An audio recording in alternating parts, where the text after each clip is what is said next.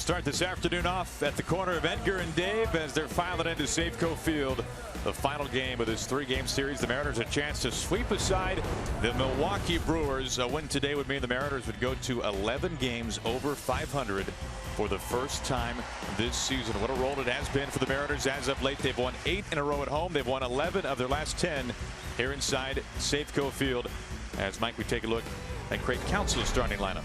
And Jonathan Villar going to lead things off again. Having a good series against the Mariners. He's hit his 10th home run in the series. He now has 48 stolen bases. Ryan Braun has been solid for the Brewers, hitting .319, 22 home runs, leads the club with 68 RBIs. And Chris Carter in this series 3 for 7 with a home run, a double, and an RBI. He leads the club with 28 home runs, and he leads the team in strikeouts with 156. We'll look at Miranda. Pretty good fastball. His average fastball right around 94 miles an hour. You'll see a changeup, a split.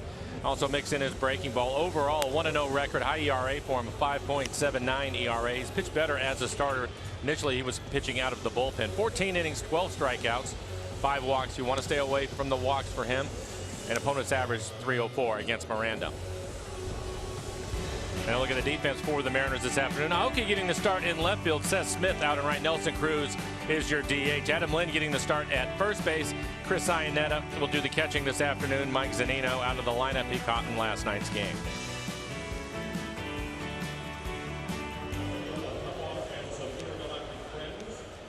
For Miranda, his last outing against the Angels, did not have a decision. He went 5 innings, just 3 hits, but he had the 4 walks again.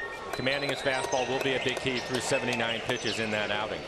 Yeah, Mike, so 4 of the 5 walks from Miranda in that last start, and 2 of those walks came very late, and that was a big deciding point of the game, unfortunately. No, you're right, and I think, again, he's learning, and at the time he had a 4-1 lead against the Angels, walked the first 2 batters in the 6th inning, and he ended up giving up both of those runs. There was a home run that tied the game up, so it's a learning experience for him. He'll get past it, but a good fastball, which you have to like. What a night it was last night for Felix. 8 strong innings for the King, picking up the win and helping to set up a chance for a series sweep here today. First pitch on the way to Jonathan Villar, a swing and a miss. One thing we've certainly noticed from Miranda, pretty lively fastball, especially from the left side. His fastball on average is 94 miles an hour. At times he's hit 95, 96.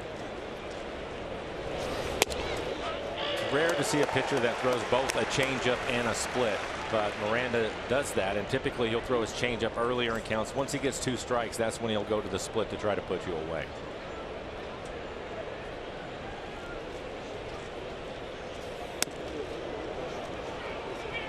And the Brewers entered today in the midst of a season-long 6-game losing streak. They've lost 8 of their last 9.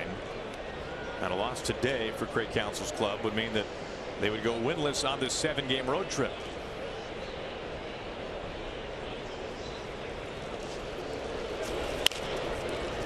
Still 1-2.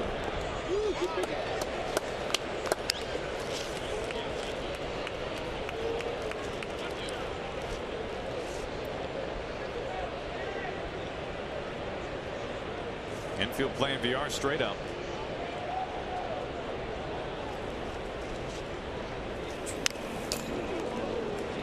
Fouls off the second pitch with 2 strikes.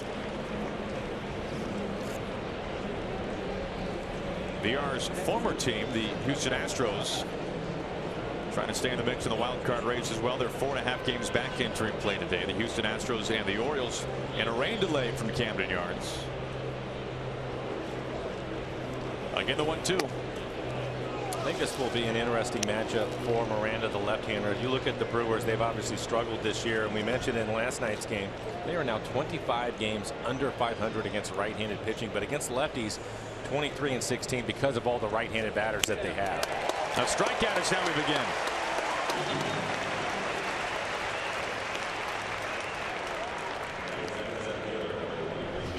Going to go with an off-speed pitch. We'll take a look at it. There's a split. It left it up out over the plate, but was able to get away with it.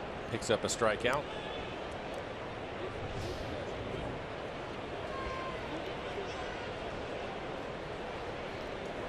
Keon Broxton finds himself batting second today in center field once again for the Brewers.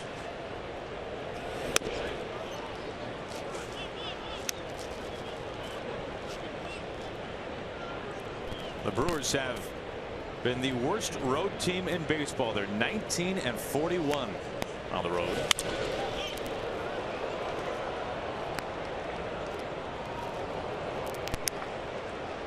As we were referencing yesterday, this is not a good year. Really, the last couple of years have not been good years to be in the National League Central if you're trying to rebuild. The Brewers this year against the Cubs and the Cardinals, they've combined to go 6-18 against those two teams. And they have been outscored 126-64. So it has not been very pleasant for the Brewers within their own division or on the road. Miranda ahead 1-2.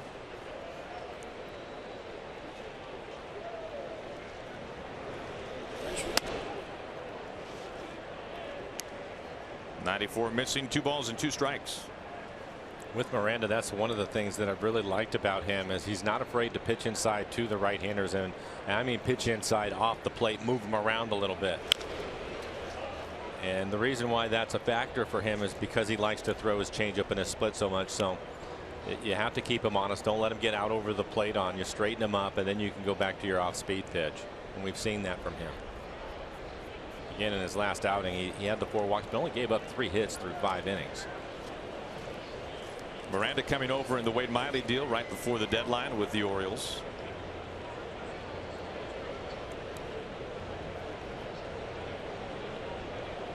One out, nobody on, just underway here at the top of the first.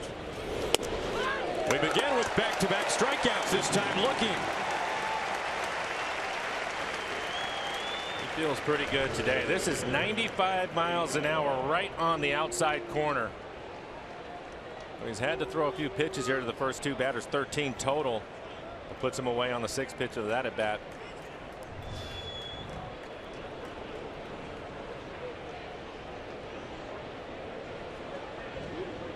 That brings in Ryan Braun batting .319.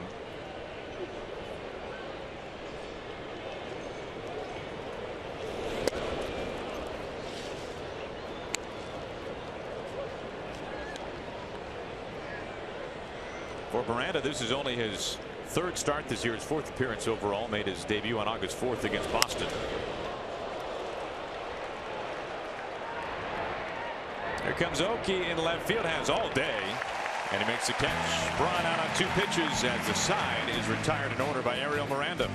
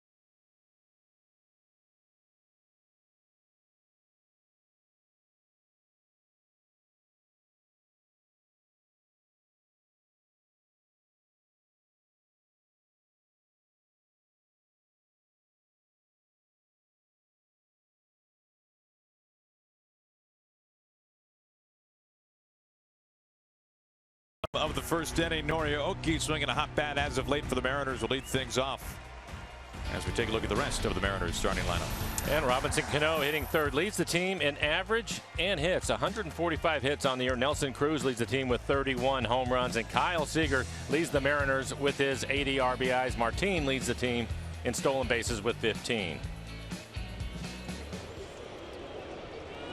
And for Garza, He's had some health issues this year. This is just his 13th start on the year. A 4.87 ERA and 64 2/3. He has just 36 strikeouts, 25 walks. So he's been wild at times, although he has pitched much better lately. Opponents hitting .286. He's given up 7 home runs.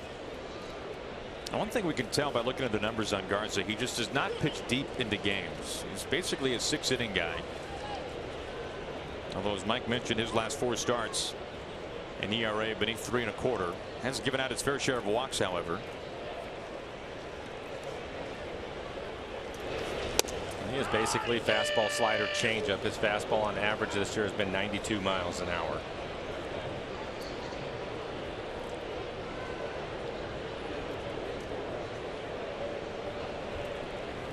The 0-1 to Aoki.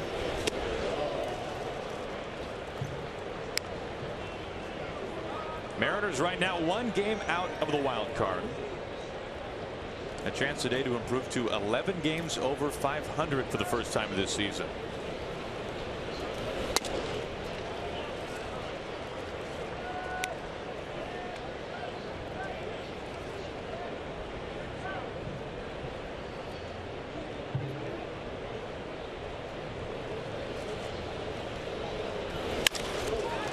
Pulled through the right side. Aoki begins things with a base hit into right field. We've seen a lot of that lately. Yeah, he gets a fastball elevated in the middle of the strike zone, and he hits it hard into right field. Take a look at the defense for the Brewers. Broxton, speedy center fielder, covers a lot of ground for the Brewers. Jonathan Villar having a good year offensively, but struggling with his defense. 21 errors on the year. Chris Carter, the DH last night at first base today, and Pena will do the catching.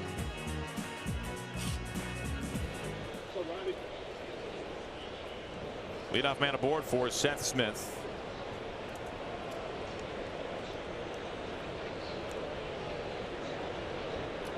Villar in on the grass.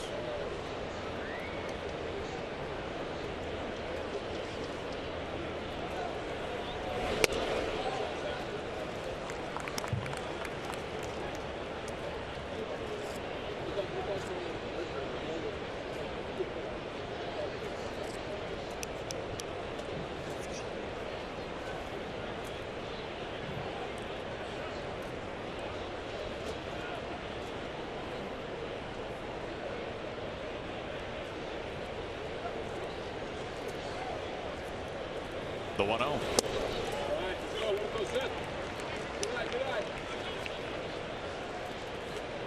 Garza now 32 years old. In his 11th major league season, this is his 3rd with the Brewers. Remember him from with his time with, of course, the Rays, the Rangers for a short bit, the Cubs.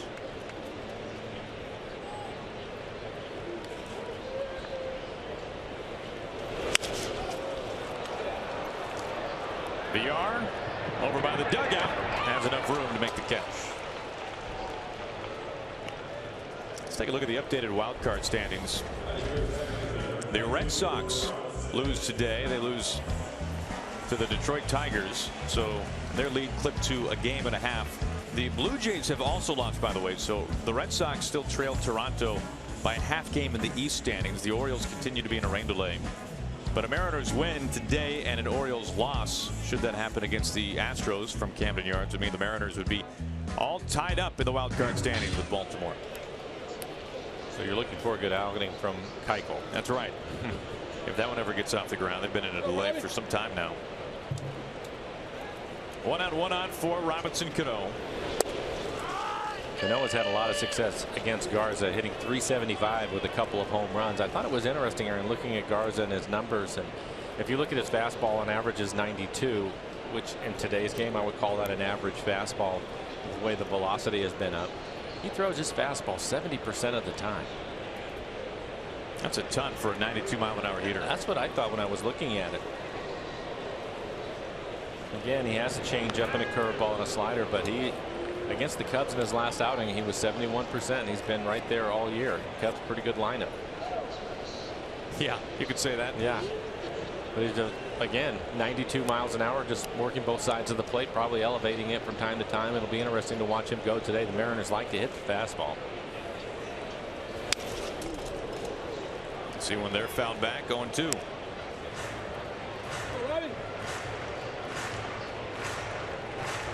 Well, we saw that Cubs lineup in person, and if you're throwing 91, 92, you better hit your spots against those guys. Did you see the home run Chris Bryant hit? No. It was towering, and I think they had it at 470 and some change. He did hit the video board earlier this year. Very much an MVP candidate in the National League. The 0-2.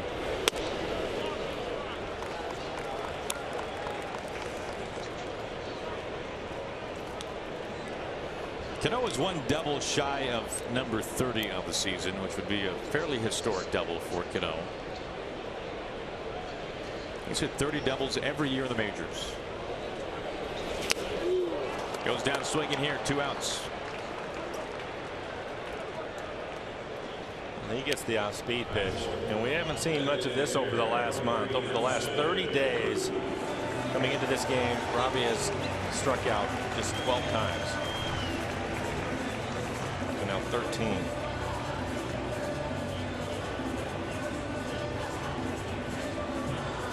It really is almost unfair for a hitter at this level. You look at a guy like Cano or Seager as well, who's really chopped down on the strikeout significantly. And you never get credit for not striking out, it seems like, but when you are punching out left and right, then that's all people can talk about. Yeah, that's true. 2 outs. Aoki at first base after the leadoff single. Here is Nelson Cruz.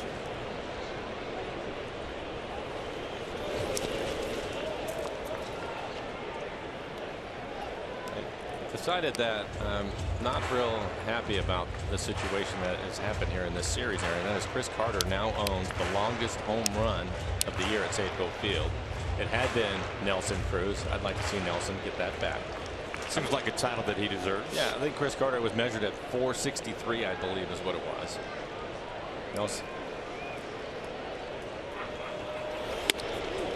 Nelson was at 458, I believe. So. How rare is it to have a guy with over 30 home runs who also leads your team in on-base percentage? I would say that's extremely rare. Makes him awfully unique.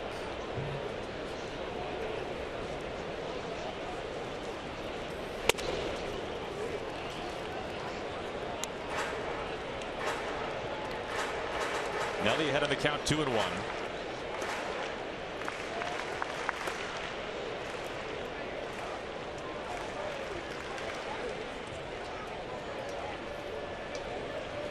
Aoki held by Carter, who gets to start at first base today.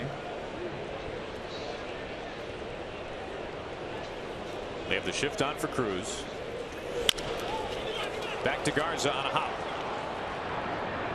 And a scoop by Carter at first base. Aoki is stranded. We've completed 1 inning from Safeco Field. Scoreless.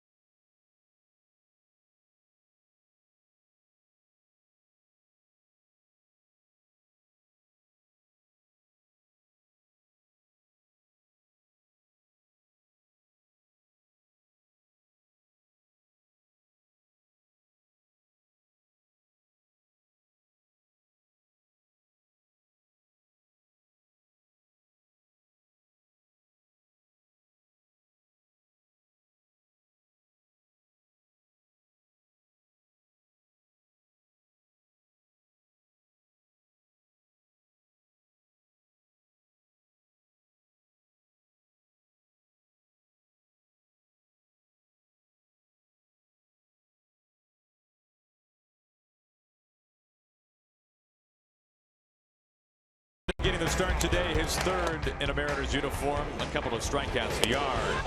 And then Broxton looking at some 95-mile-an-hour heat. A quick 1-2-3 top of the first as we are wrapping up Star Wars weekend here at Safeco Field. That does not look all that cool, although it is a relatively cool day today. This is the whole thing. This is not just the head we're talking about here, Blow. This is top to bottom. Now that's a Brewers fan. First pitch swinging. Perez. Who's got it? One pitch, one out. Now, if we went combing through Lauer Power's closet back on the ranch, we're going to find something like that. Any of the boys have the Chewy suit? No, you're not going to find that. No.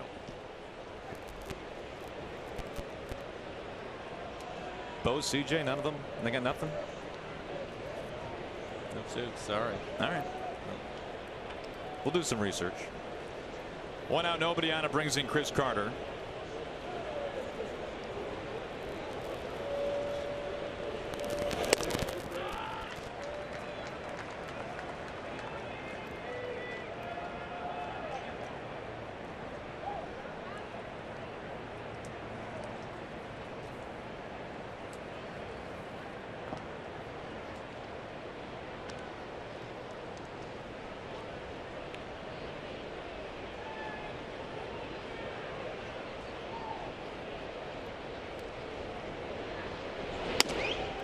We've been talking about all the home success lately for the Mariners. The Brewers have experienced the other end of the spectrum on the road. They have lost 7 in a row on the road. They have dropped 9 of their last 10 away from Miller Park. Good fastball on the corner. Get the call. 3-1. And the Mariners have won 8 in a row at home. Talking about the home run from Chris Carter. If you didn't see it, he hit it off the top of the batter's side, dead center field.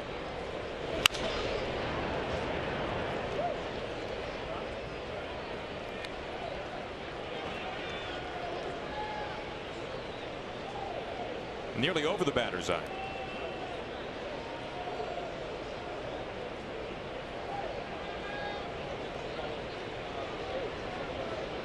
One out, nobody on top of the second. And Miranda's 3-2.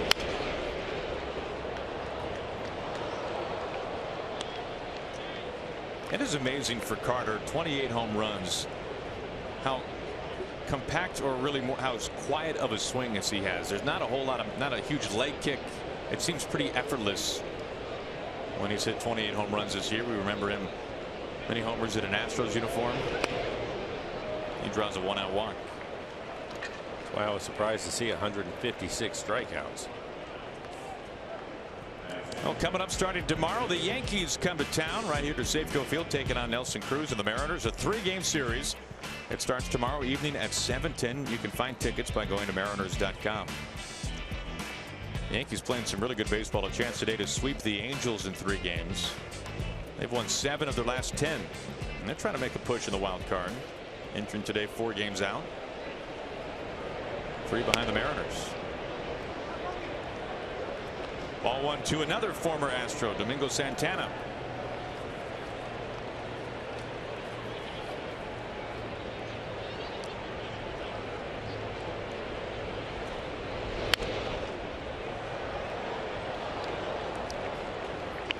Aaron, you were talking about Matt Garza.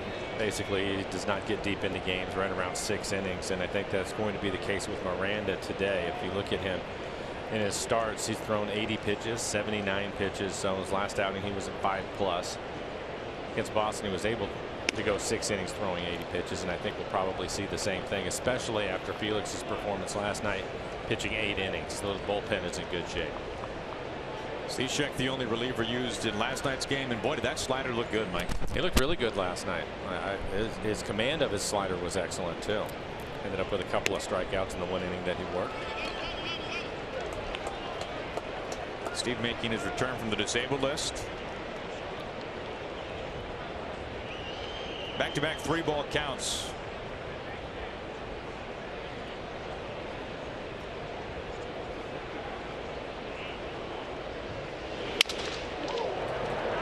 Marte to Cano. On to first base to Lind, and a double play ends the top of the second.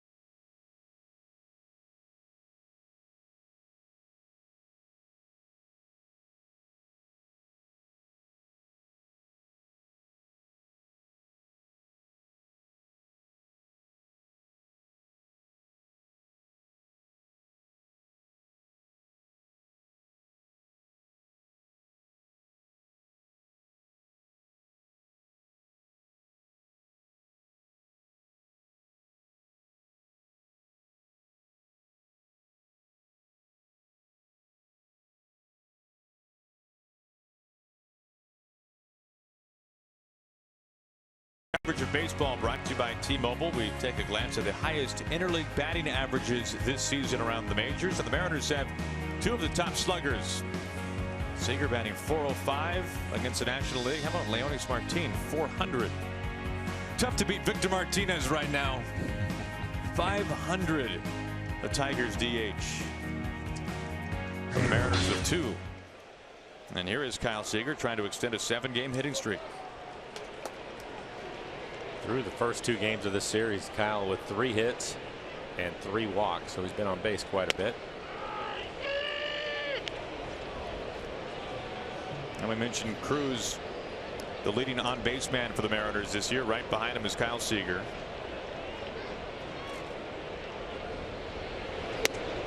Mike, something you said yesterday made me a little curious when you mentioned Seager's numbers, hitting .288 entering today, and when you consider that April was basically a wash for Seager.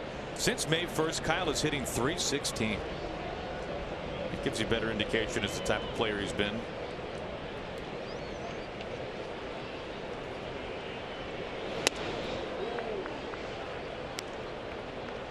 Brewers have the shift on. Yeah, he's been, since May 1st, he has been about as consistent as anybody in the lineup.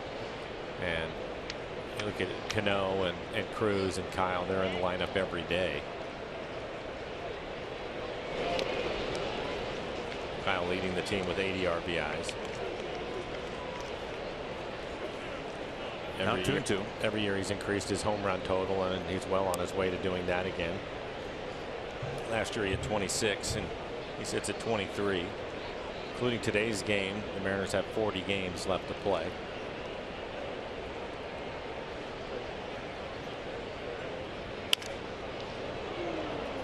I've made mention of this before, but it's worth repeating. Seager is still on pace to make Mariners history this year. He would be the first Mariners third baseman of all time with 30 home runs and 100 RBIs, and a homegrown one, no less. When you first mentioned that, I was a little bit surprised. I thought maybe Jim Presley had done it. It was very close.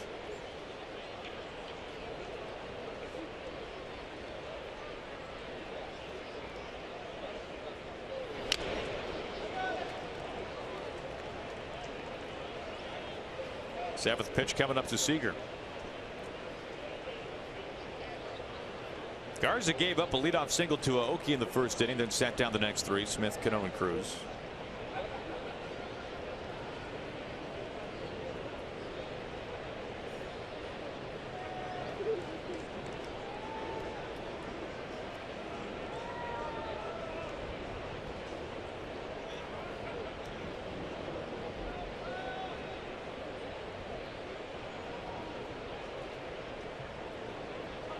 The shift is still on.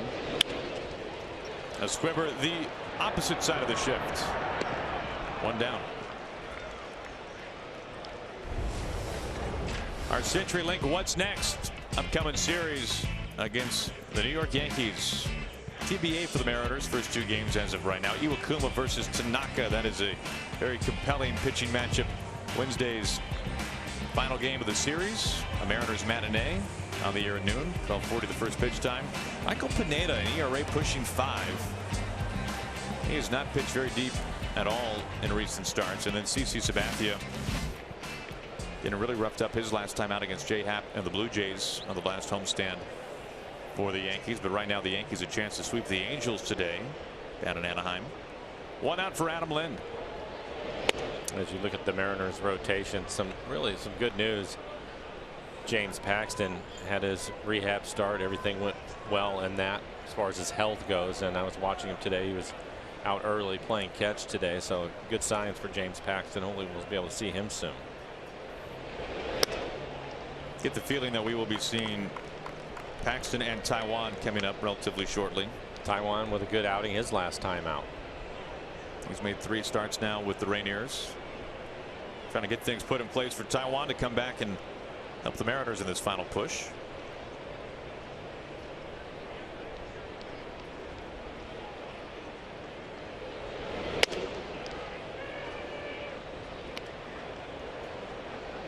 Well, speaking of Taijuan, it is Taijuan Skywalker bobblehead day. This is one of the more creative bobbleheads, and that's saying something for the Mariners. They've got a lot of good ones each year.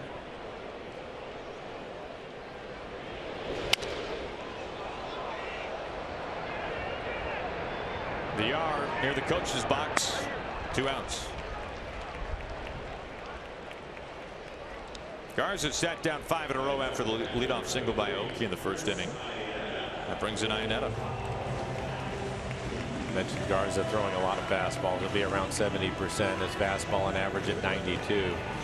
Not going to strike many batters out. He does have 1 strikeout so far in this game, but 4th lowest strikeout rate in Major League Baseball for Garza. Right at 12%.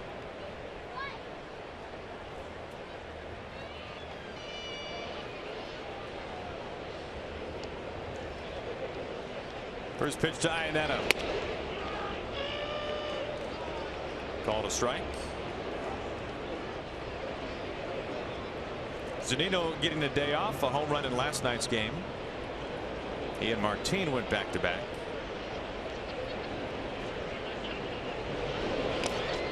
The Mariners now are 2nd in all of the majors in home runs in their home ballpark. Only the Orioles have hit more homers at home, which means, Mike, that the Mariners have hit more home runs at Safeco Field than the Rockies have hit at Coors Field. Think about that for a minute. I will. Zunino a good night last night. His 6th home run, and also had a double. Hit a double out to right center field, so swinging the bat well.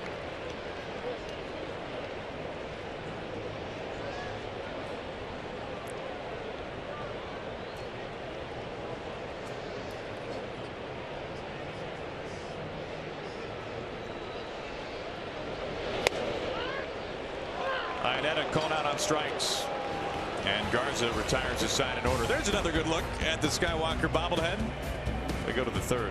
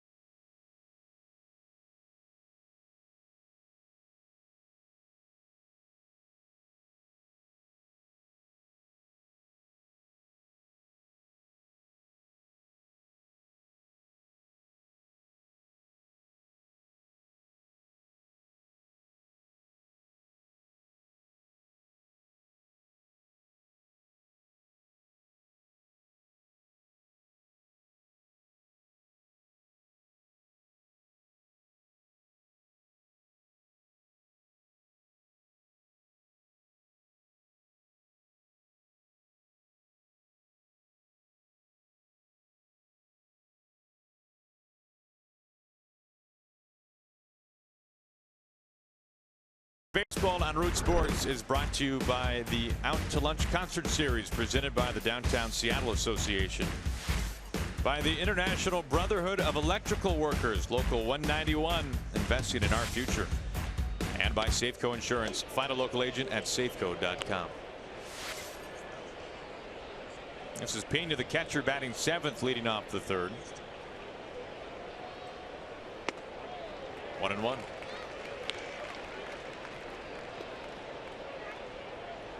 Now Miranda has faced the minimum so far. A couple of strikeouts, a walk, helped out by a double play.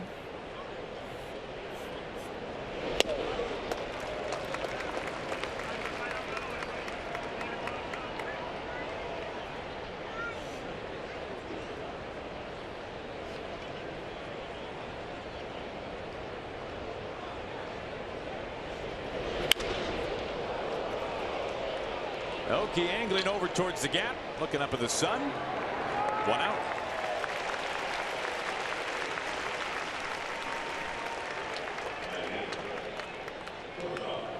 That brings in the Brewers' young shortstop, Orlando Arcia, hitting 8th today for Craig Counsell. Top prospect for Milwaukee.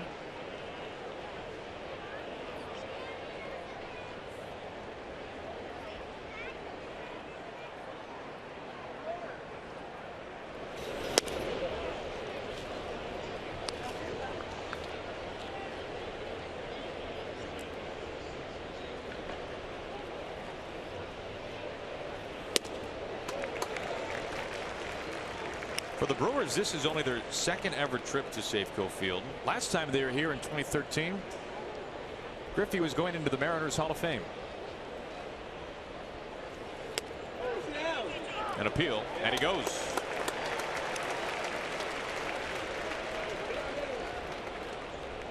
Now Miranda has gotten ahead with 2 strikes to each of the first 2 hitters this inning. A rare off-speed pitch, 84 miles an hour, was up out of the strike zone.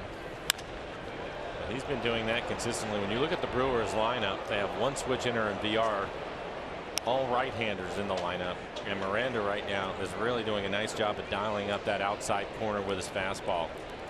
Fastball today 94 to 95 miles an hour. Final game of the series with Milwaukee. Seager on a late hop. Pretty play, out number 2.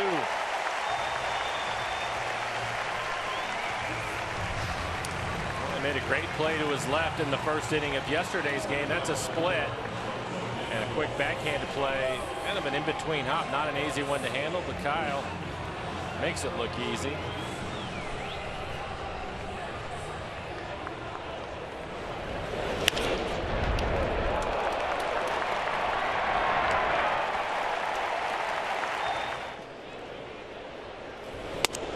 Jake Elmore stares at a strike. Today's left fielder for the Brewers.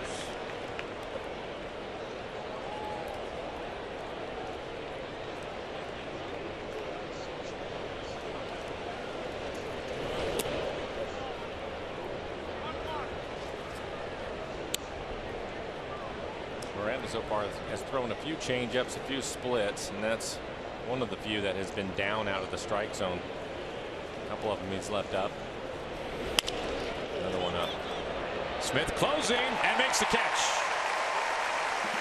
Ariel Miranda has faced the minimum over 3 scoreless innings.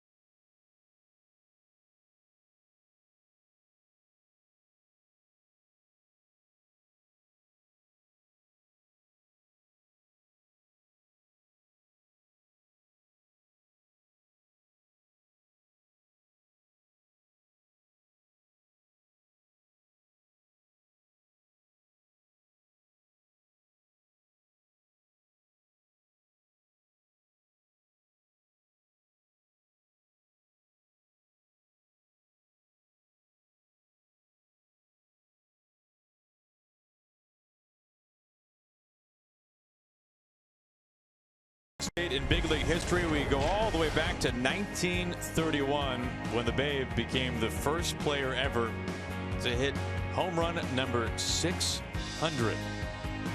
A lot of offense that day. 11 runs back in 1931 to take down the Browns. I think he was the first player to every bit of that. 100, 200, 300. Well, let's see. He only ended his career, Mike, with a slugging percentage of .690. 714 home runs. Martin leading off the inning. You know, it's amazing to me when you look back at Babe's career.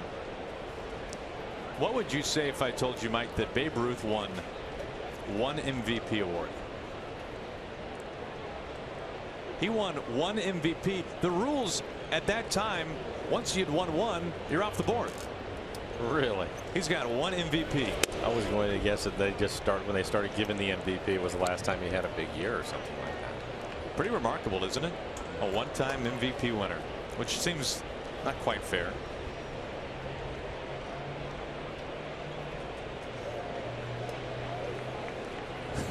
That's amazing. I mean, how do you feel when Babe swats 60 home runs in 1927 and you win the MVP? Yeah, he out-homers the league. By the way, I was told that he was not the first to 100 home runs. Harry Stovey in 1890 was the first to 100. Good old Harry. Elmore having to chase this back into the corner, and he can't get there. It's a fair ball, and it hops into the stands. It's a ground rule double for Martin the opposite way. Well, a good start for the Mariners with Marte due up. Martin hitting 8th in the lineup today. Take a look at Elmore. Hit the foul pole. Bounce back. All over the place.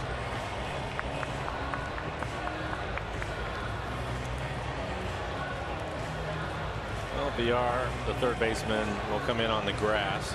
Chris Carter even with the bag at first, expecting him to bunt. Aoki, the leadoff hitter, waiting on deck. He's been a hot hitter for the Mariners, having a good homestand so far.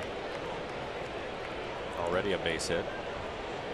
And we mentioned his numbers earlier this year. One of the best hitters in interleague play this season. A double in his first at bat. Marte showing bunt. Aoki with a couple of RBIs in yesterday's game. He drove in the first two.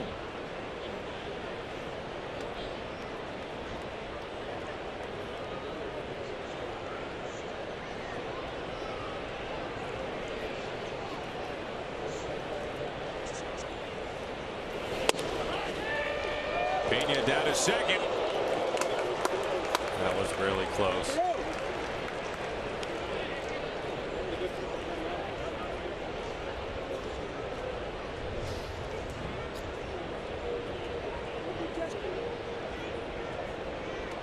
I wonder if maybe he ended up cutting himself with his helmet.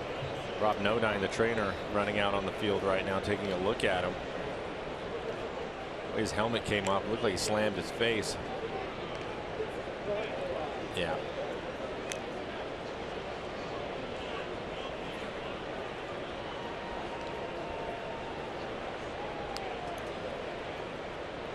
See the way the shortstop Barcia was standing there, and he tried to get a little bit lower to get underneath the tag, and maybe cut his lip.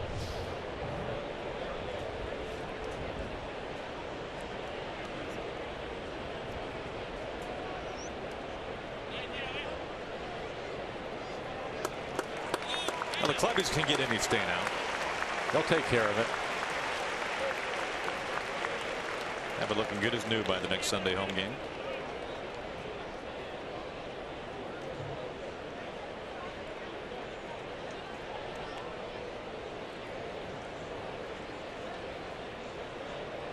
Talking to Pete Fortune and some of the guys down in the clubhouse about taking the pine tar off the white uniforms.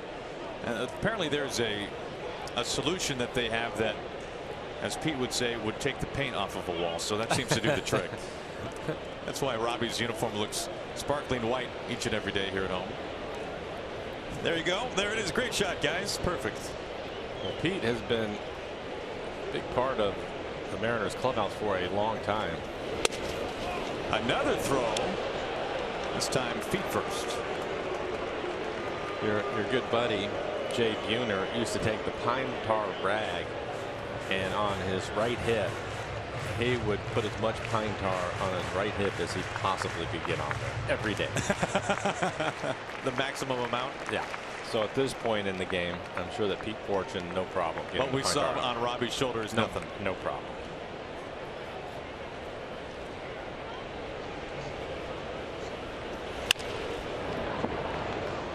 And some people might be curious, Mike, as to why Bone did that.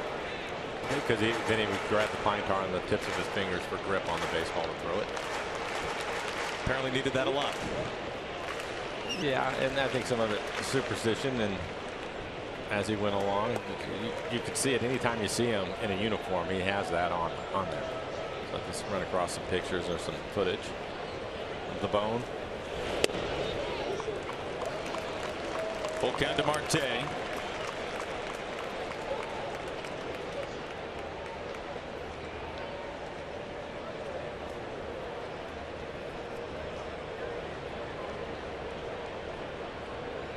Go ahead runners in scoring position after the Martin double. The 3-2. Ground ball, and it's off of Arcia's glove. That brings Martin around third, and it's a 1-0 Mariners lead.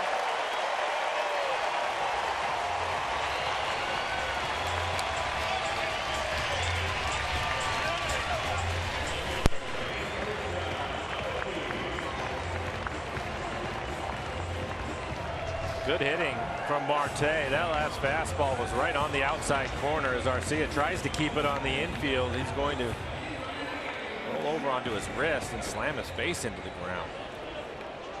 So he'll grab his wrist right away.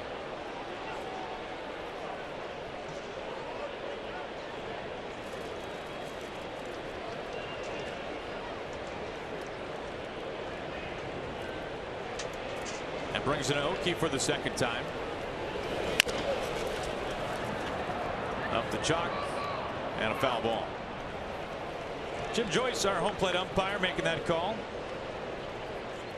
Jim has been in the business a long time, his 29th year. He was an umpire here when the All-Star game was played at Safeco Field in 2001, and is also very close with Ken Griffey Jr. He was here on the last homestand when Griffey's number was retired, and Griffey holds a very special place for Jim Joyce. He was the first player to go to the Hall of Fame. That Joyce was an umpire for his entire career. They're both rookies the same season. In fact, Joyce ejected Junior as a rookie. One rookie thrown out the other, and Junior wasn't thrown out of another game for over a decade after that.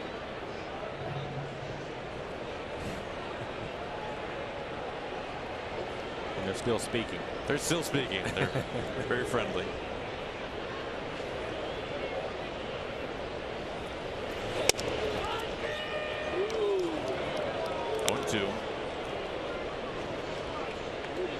Joyce is from Portland, so he would bring his family up here to Safeco Field plenty of times when he'd get this on the schedule, this ballpark on the schedule.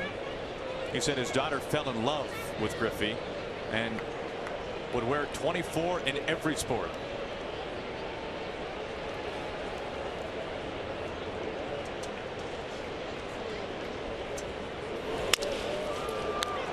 Garza loses it again. Everybody's safe.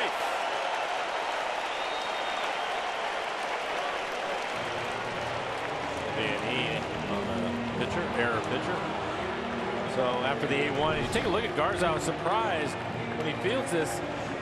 He wasn't going to make any attempt at all to go to second base. He was going to first base the entire time, and then he loses the handle on, just slips out of his hand.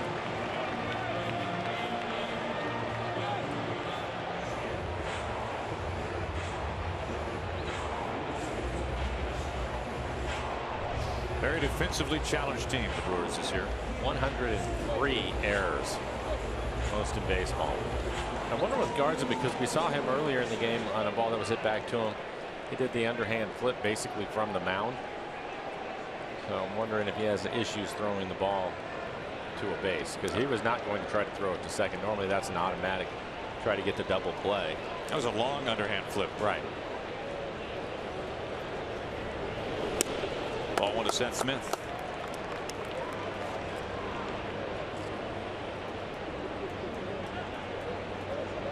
And the first three have reached here in this inning. A double, a run scoring single, and now an error.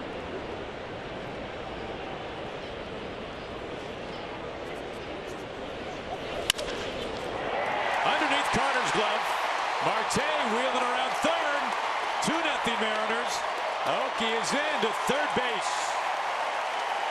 And they just continue to reach here in the bottom of the third.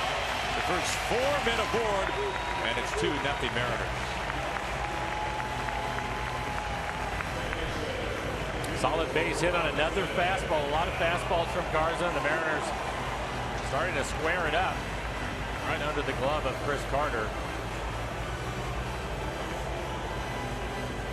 This is the third game of the series, and the Brewers have made 5 errors in this series. Mariners taking advantage of that. They are 2 for 2 with runners in scoring position so far this afternoon.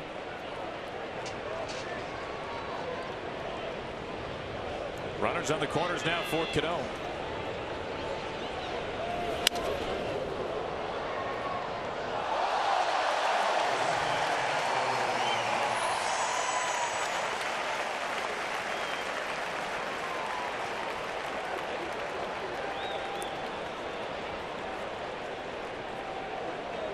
Garza nearing 50 pitches with nobody out here in the third.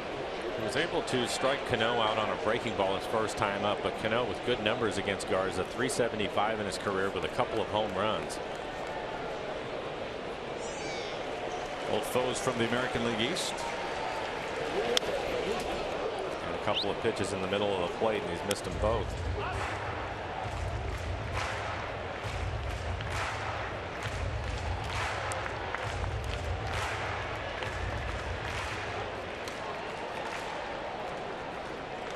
Aoki at third base, Smith an RBI single at first.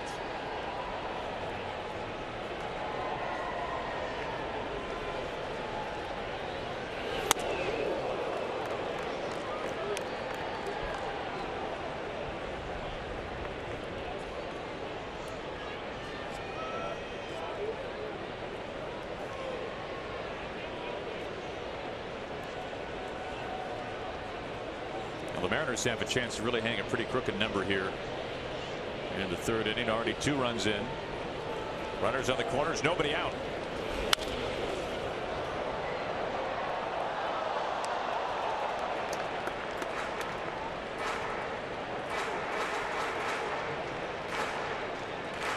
Cano with 28 home runs on the year, and this is about as shallow as I've seen an outfield play with him hitting. Santana in right is really shallow. Broxton just moved back a couple of steps. Carter knocks it down. The foot race is on. He gets rid of it quickly to Perez. Just like they drew it up. A run is in the third of this inning. 3-0 Mariners. Well, Perez ends up bailing out Garza. Garza did not cover. I'm not sure why he decided not to. You can see how late he is getting into the picture, and then he throws it to Perez, the second baseman.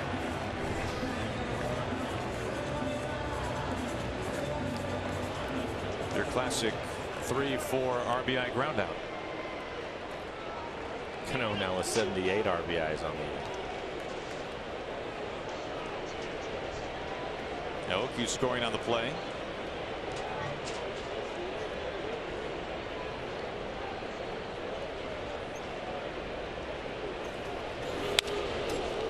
Oh, 1 to Nelson Cruz with Smith at second base.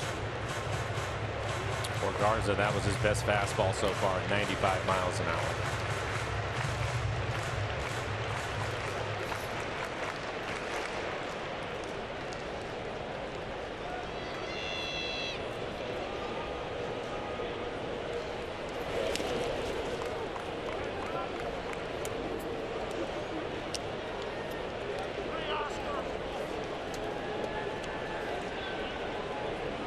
Really laboring here in this third. He has thrown 23 pitches to get one out.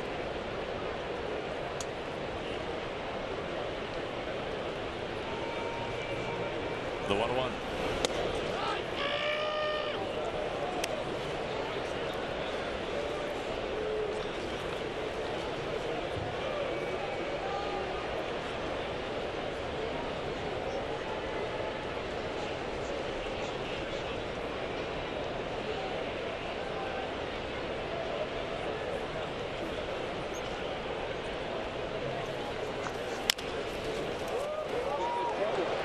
VR trying to get back to third. He's got no play.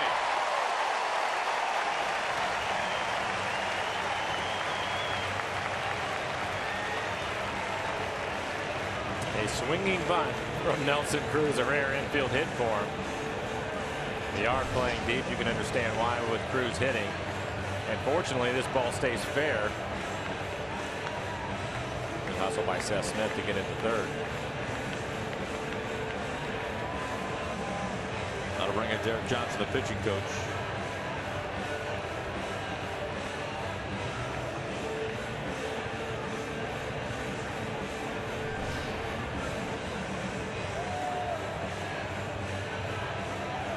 "25 pitches here in the third. 55 total, 35 strikes. He's faced 13 batters, 8 first pitch strikes. With that infield hit by Nelson Cruz, Kyle Seager going to try to add to his team leading RBI total, 80. Now, he is the 7th hitter to the plate here in the third inning. Still just one out. And already 3 runs in for the Mariners this frame, after Garza faced just one over the minimum the first 2 innings.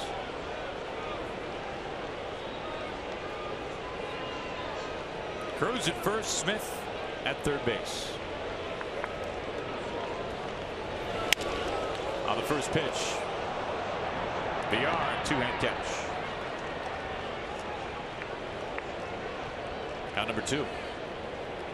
Follow Mariners baseball live with the MLB.com app. Stay up to the moment at any moment with game day, live game video highlights, StatCast news, and more. Download MLB.com app, the #1 app for live baseball on your phone and tablet. And that app telling us that the Astros and Orioles game will get underway. And let's see, just about maybe 30 minutes or so.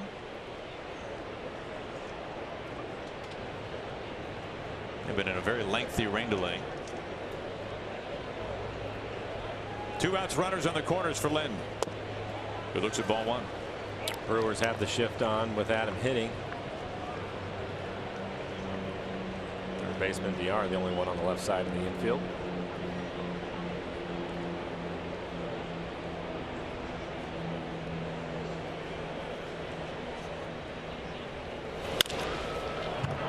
One chop to Carter. That ends the inning. But 3 runs cross home plate for the Mariners in the bottom of the third against Matt Garza.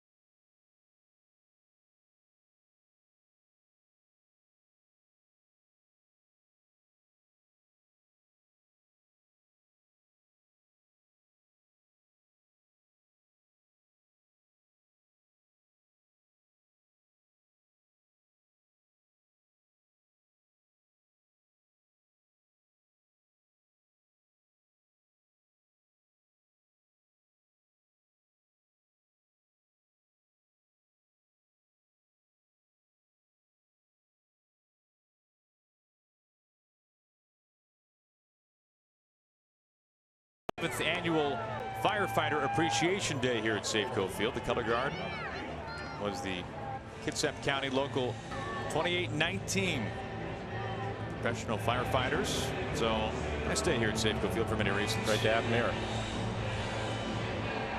Top of the 4th, Ariel Miranda working with 3 runs of support. He's faced the minimum so far, so this will be the second time through the lineup for him. He's had a good fastball today, topping out at 95 miles an hour.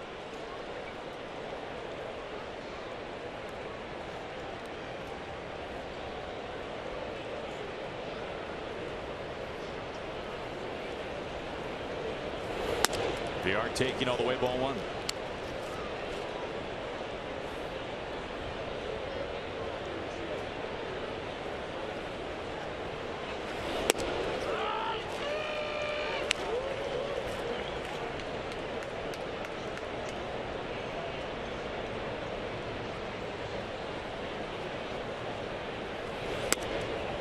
Ahead 1-2 now.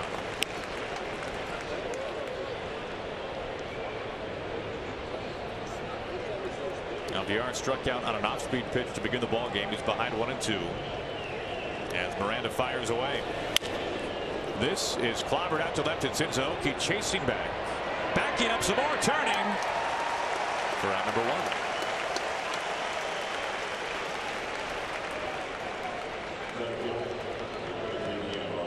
I think for Miranda, he's had good command of his fastball today. As you take a look at Aoki trying to get an angle, turn away from the sun.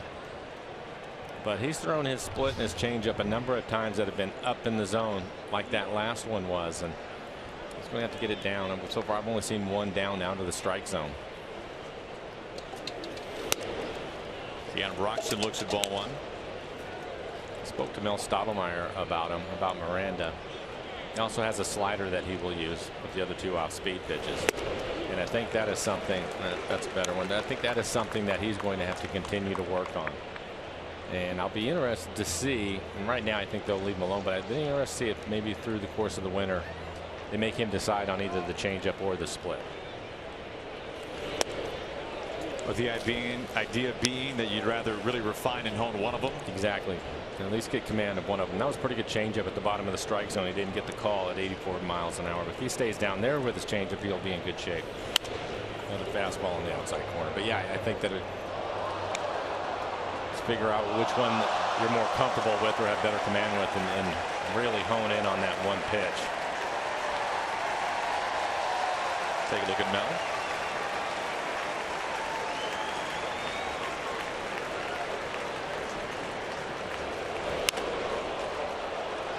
Out to Aoki once again, picking up some speed, running out of room, and this just creeps over.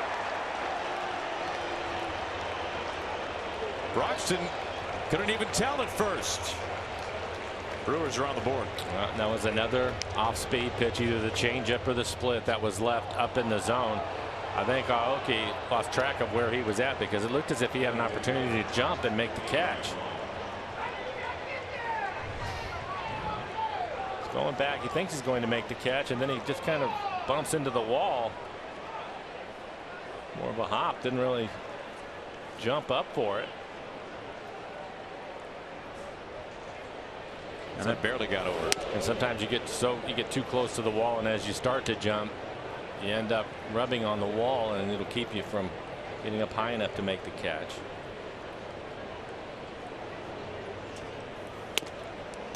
I remember when Dustin Ackley made the transition to the outfield. That's one of the things that he made mention that he was first learning. Get your bearings and give yourself enough space so that if you do have to leave your feet, you don't rub up against the pad. Well, and what you saw right there too, especially on such a high fly ball. This is hit well down the line. Looks like it's going to go foul, and it does. Is on a fly ball like that, you want to run back. You can put your hand on the wall, give yourself the space that you need. But he was just drifting with it, and I don't know if it was because of the sun that he was having a hard time finding it. But you want to get back there as quickly as you can.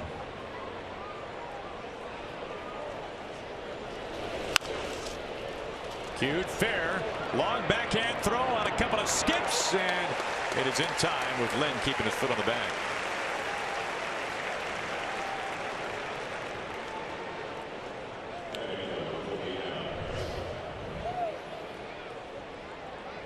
right over the bat. Kyle gets rid of it quickly. Skips it off the grass by design. That's on purpose. Good play by Adam Lind over at first.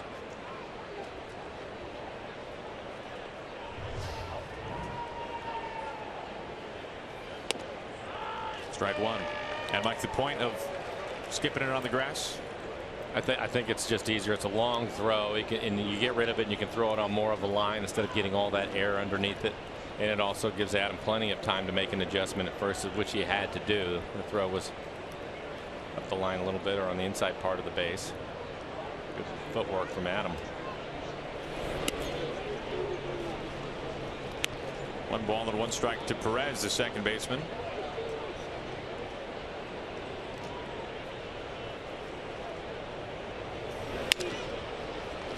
Another backhand play near the line for Seager.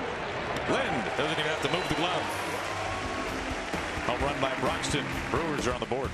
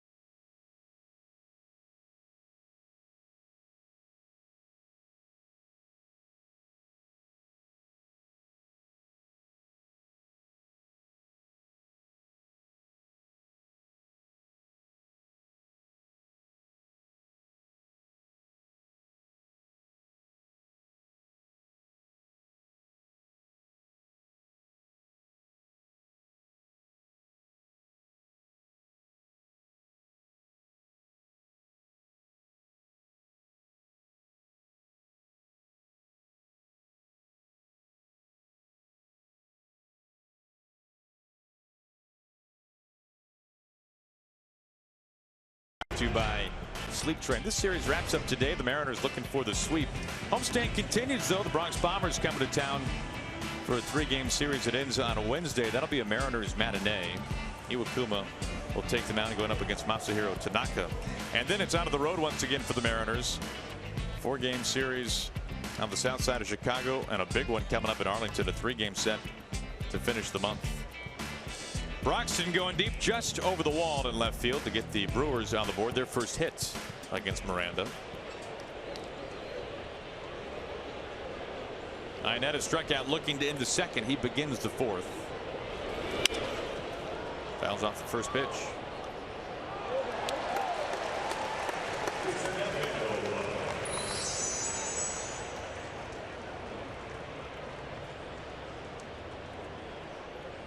Fans here in the ballpark today are making a lot of plays, Aaron. I think right now that's 3 legitimate catches in a row. Really? Yeah. The 0-1.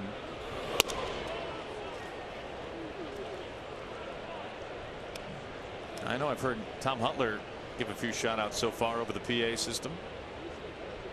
And he's handing out a few contracts today. And a couple of Gold Gloves.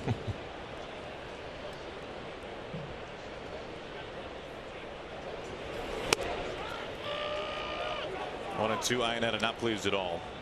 Well, there are a couple of pitches in his first at bat that he thought were off the plate away, and he thought that one was, and it appears that it was.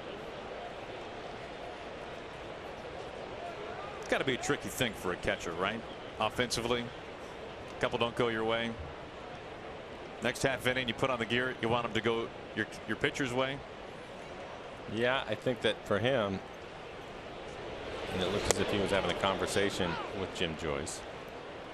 But when he goes back out there and Miranda throws one that's a razor's edge off the plate, he'll probably let him have it a little bit.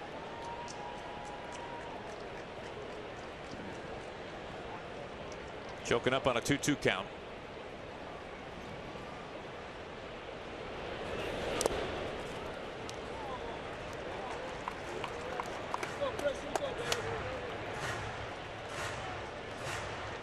Martin on deck, and then Ketel Marte, the bottom third due up here in the Mariners' fourth inning.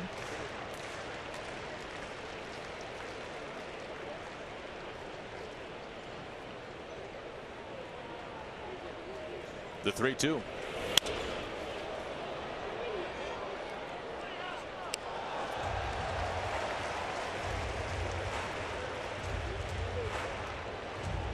Nice crowd on hand today for the final game of the series. A lot of clouds during the pregame, but for the most part, those have scattered. The lights are on. Plenty of sunshine.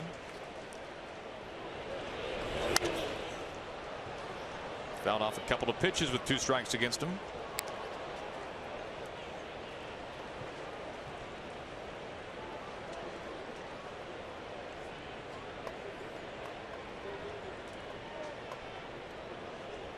Garza now at 65 pitches. We made mention early in the game that he does not work deep. It is trending that way today. Up the middle for a base hit.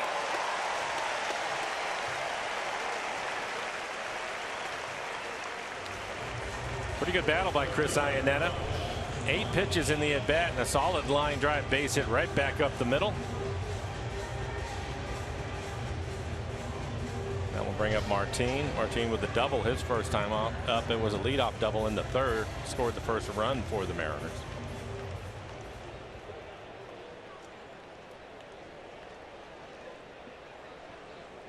Mariners now have 6 hits against Garza. 4 of them came in the third inning when the Mariners scored all 3 of their runs. On the first pitch, into right field for a base hit. Iannetta holds up at second base. Back-to-back base hits to open up the bottom of the fourth. Take a look at our updated Delta Airlines Keep Climbing wild card standings. The Yankees trying to make some news, and the Royals just continue to win. They are climbing up the wild card standings as well. They're tied with the Yankees right now, 4 games out. Tigers winning over the Red Sox earlier today. That's the Red Sox lead trimmed by half a game as of right now, and they are still in rain delay. The tarp has been on the field seemingly forever in Baltimore. The Orioles and the Astros trying to get things going.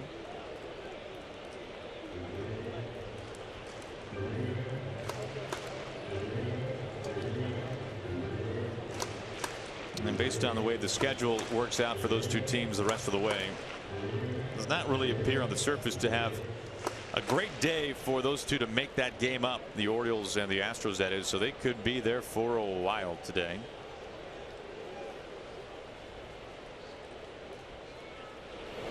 Marte showing bunt.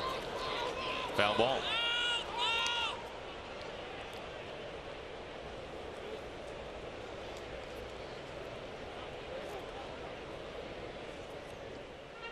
Jim's going to shut this one out for us.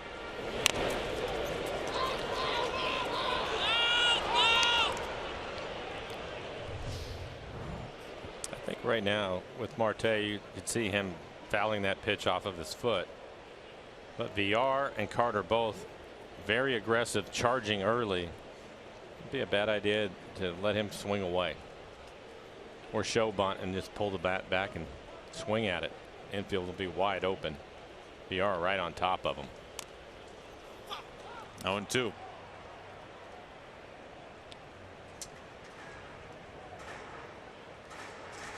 Sometimes our microphones are so good. We apologize for that. Now 0-2 on Marte. Let's see how Scott Service wants to play it. Let him swing away at this point. Villar is still in on the grass at third.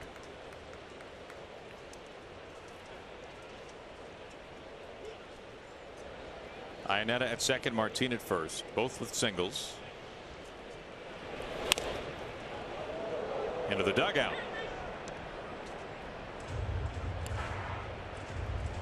Rob Nodine watch it out.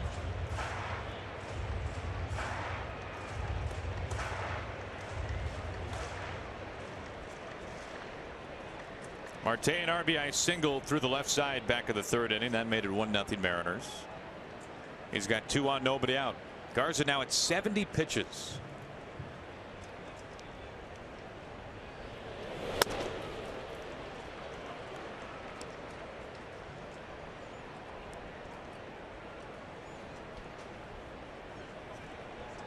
An update from Baltimore as they are expected to get things going in 10 minutes. The Orioles and Astros. Dallas Keuchel will be up on the mound for A.J. Hinch.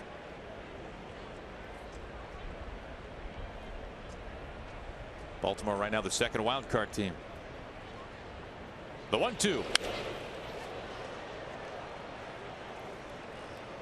And to reiterate for the Mariners today, if they were to win and sweep the Brewers, it would be win number 67 on the year. If Keuchel and the Astros can take down the Orioles, well, the Mariners and the Orioles would be tied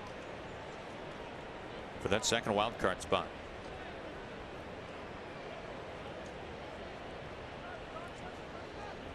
The 1-2.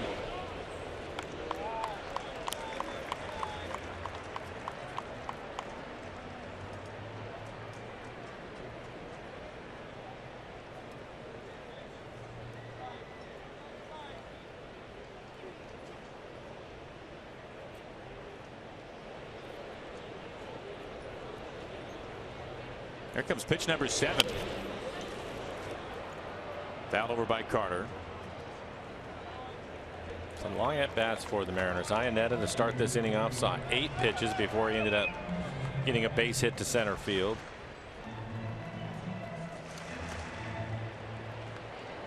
This will be number 8 for Marte, who saw 6 in his first at bat, which resulted in a run scoring single. Pena talking things over.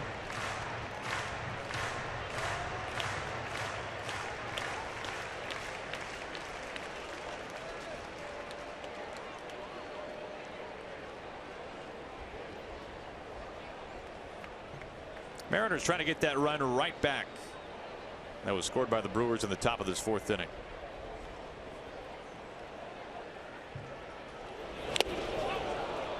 Pena holds on. Lengthy battle, but Marte strikes out for the first out. Sound Transit's new Link Light rail stations are open on Capitol Hill and at the UW. You can plan your trip at soundtransit.org. 3rd strikeout for Garza. Okay, this will be his 3rd at bat. He's reached base a couple of times. You can see right there a single and then reached on an error. Good month of August for him, hitting .364. This will be pitch number 18 this inning.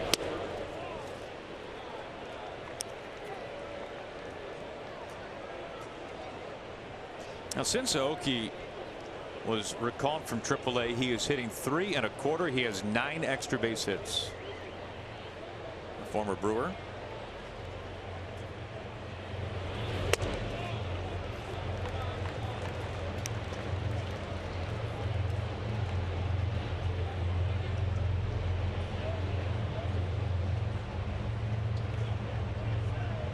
And has not been quick and easy for Garza so far, with the exception of a 1-2-3 second. Check swing. Does not go. 3-0. Smith on deck.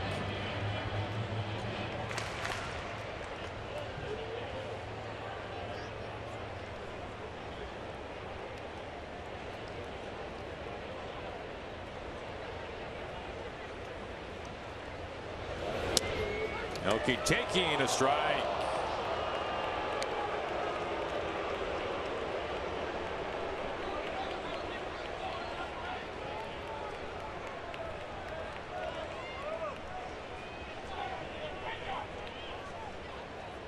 First and second, 1 out. Mariners by 2. And the 3-1. The bases are loaded.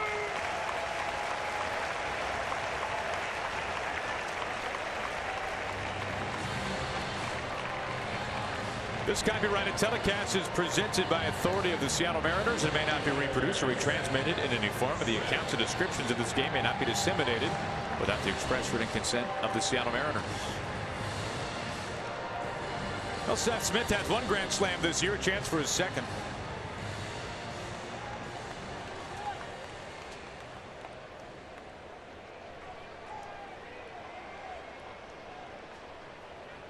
Mariners have him loaded up with one down. Already Seth's third at bat.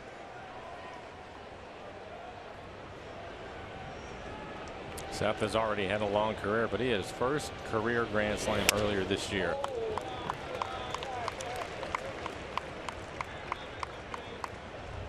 Iannetta got things going with a single up the middle. He's at third base now. Martin, the man at second. Oki just saw ball 4 at first base.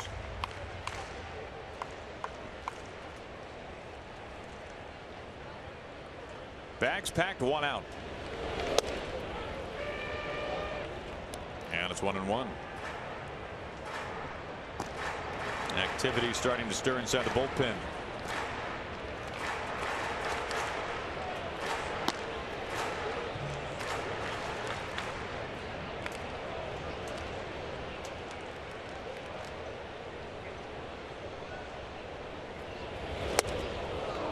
One and two. Couple of changeups off the outside corner. He's been throwing a lot of fastballs, but switching things up with Seth. 2 changeups, both of them away from him.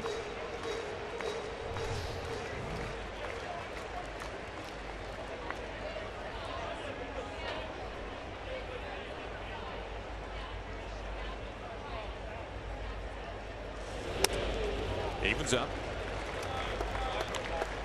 95 missing badly, 2-2.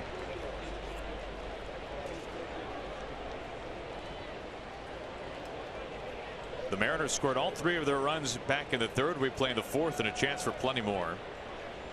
1 out, runners all around for Seth Smith. On the ground, and it's into right field. Iannetta scoring. Martinez held. Second RBI today for Seth Smith. The Mariners get that runner right back. It's 4-1 Mariners.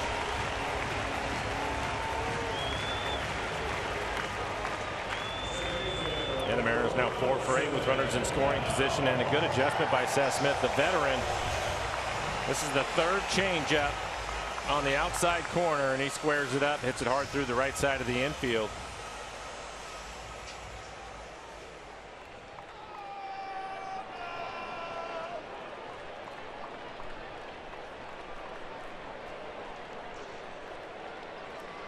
Bases still loaded for Cano. An RBI ground out his last time up.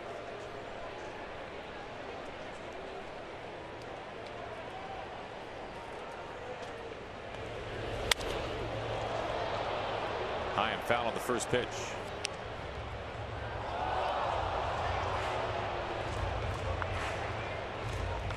Awfully good numbers in his career with the bases loaded. And if I'm a pitcher struggling, especially a righty struggling, this is the last guy that I want to see with 3 on. I would agree.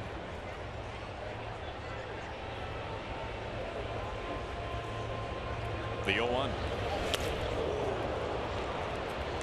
Garza's been able to handle him so far today, but in his career that has not been the case. Start of this game, Cano hitting .375 off of Garza with a couple of home runs.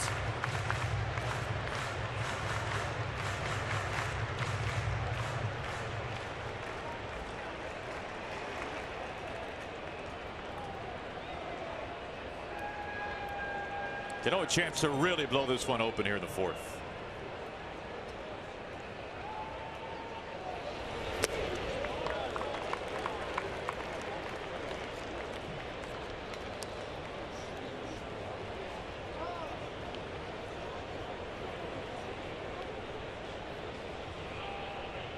.88 pitches with 1 out in the fourth.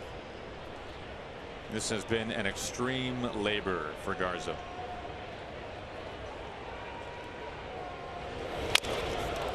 A mile-high chop. And a throw to first base from the arm of Perez is in time. Second RBI ground out today from Cano.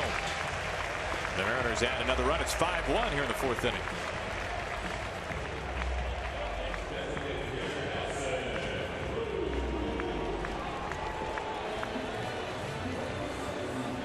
We have Nelson Cruz. Nelson 1 for 2 had an infield hit his last time up. So some run support for Miranda this afternoon.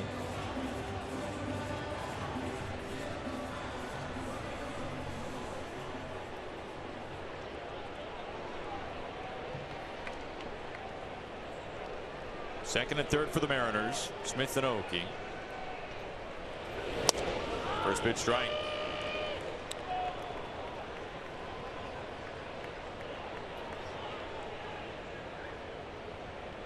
Now spots 2 and 3 in the order today for the Mariners have driven in 4 of the 5 runs.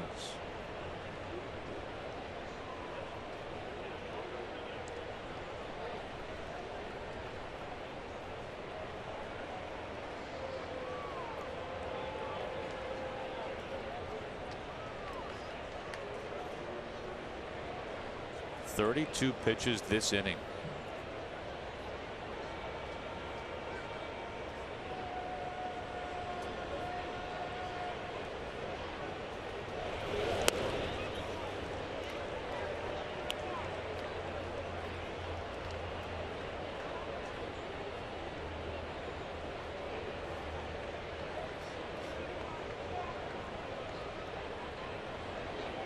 The Mariners with 5 home runs over the first 2 games of this series, without one so far today.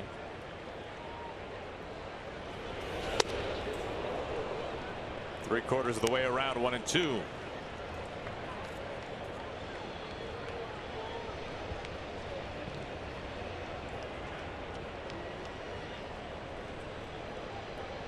Garza stranded runners on the corners in the third. He's got 2 on with 2 out here in the fourth.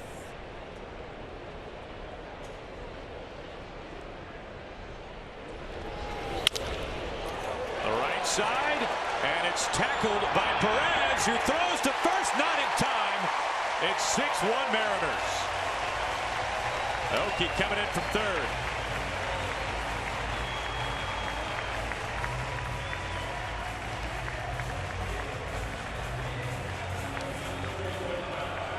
So 2 infield hits for Nelson Cruz. This one produces a run and an RBI for him. Aoki will score his second run. Good hustle by Nelson.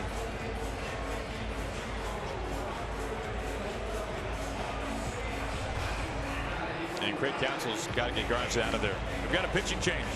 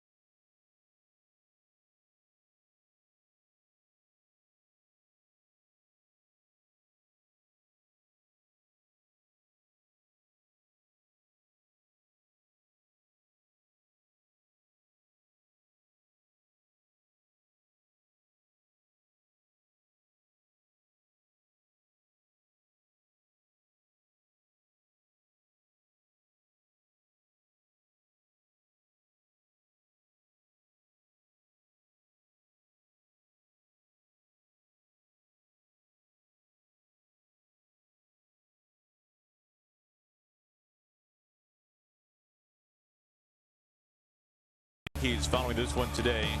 Martin versus Pineda in game 1. TBA for the Mariners versus the veteran CC Sabathia Tuesday.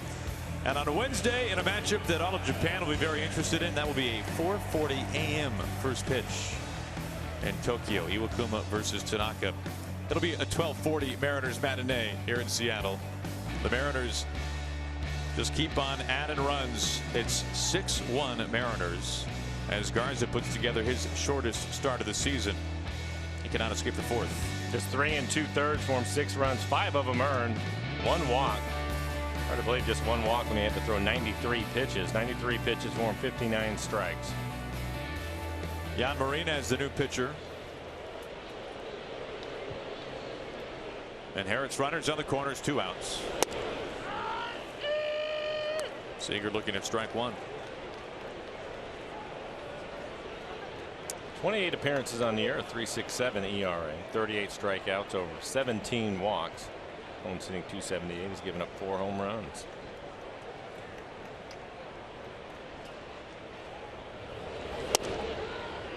Oh, 2 now.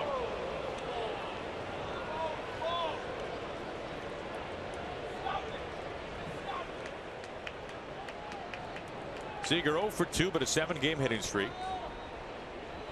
10 hits in those 7 games. Smith at third, Cruz at first.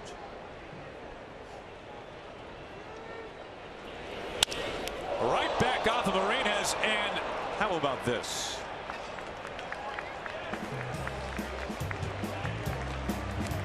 Well, can you file this under the BABIP category? One that'll leave a bruise.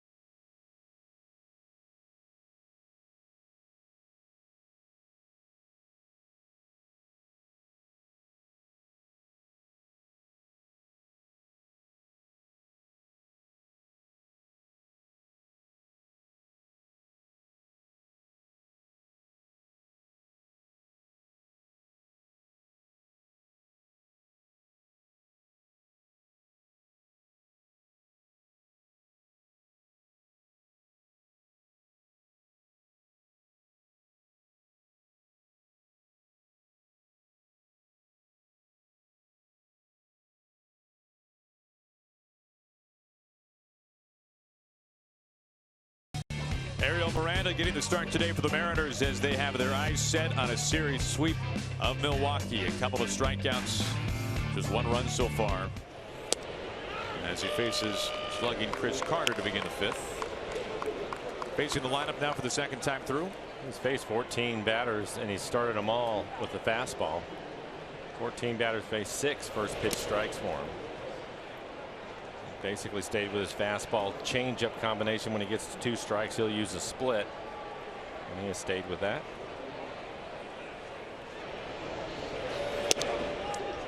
Just the 1 hit solo home run. That was from Broxton in the 4th.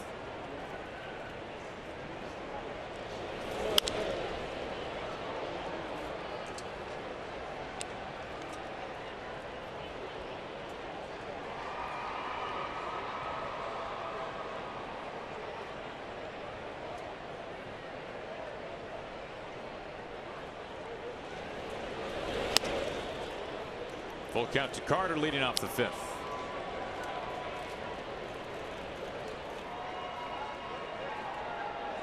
Domingo Santana on deck. Pulled over to Marte. Long throw on the money. 1 out.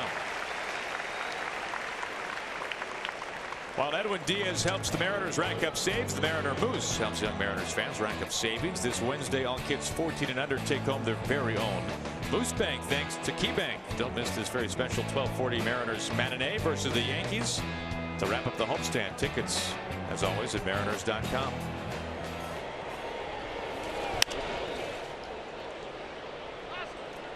A fantastic showing by Felix in yesterday's game. 8 very strong innings. He picked up the win.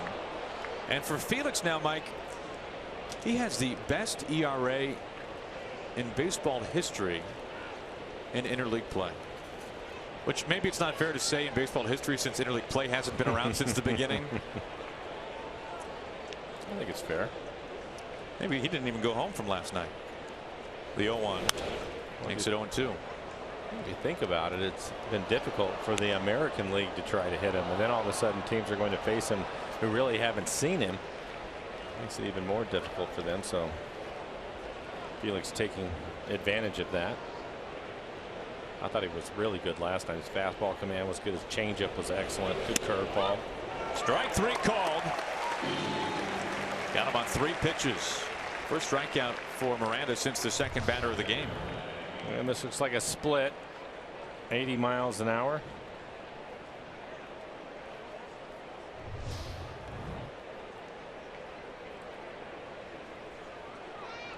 Two outs for Pena. Felix has the 4th most strikeouts in interleague history, but his ERA 2.82, if you're curious, the best of all time.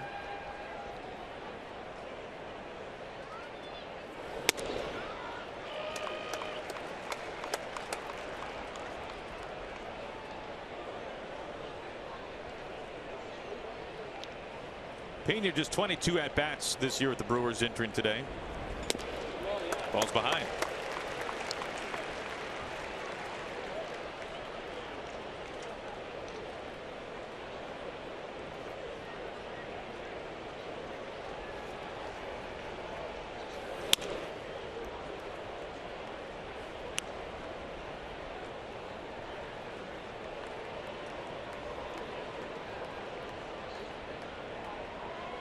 Miranda a chance to face the minimum for the 4th time. Funny swing, late swing.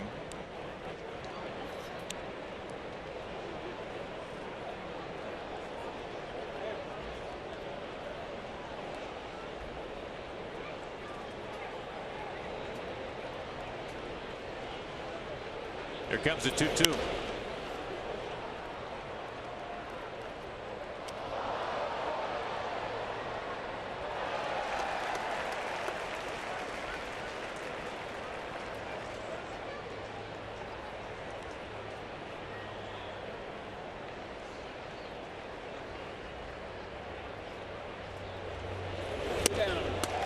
Fourth strikeout for Ariel Miranda. He has faced 1 over the minimum through 5 innings.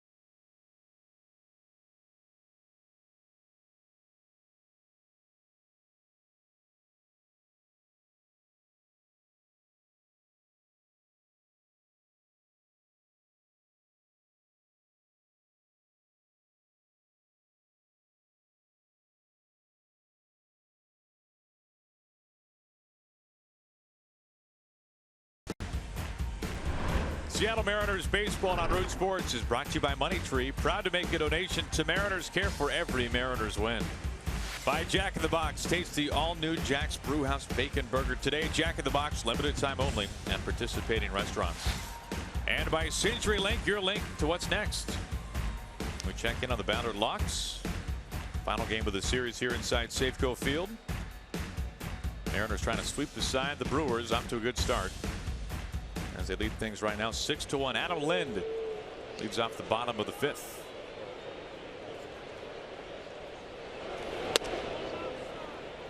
Go ahead.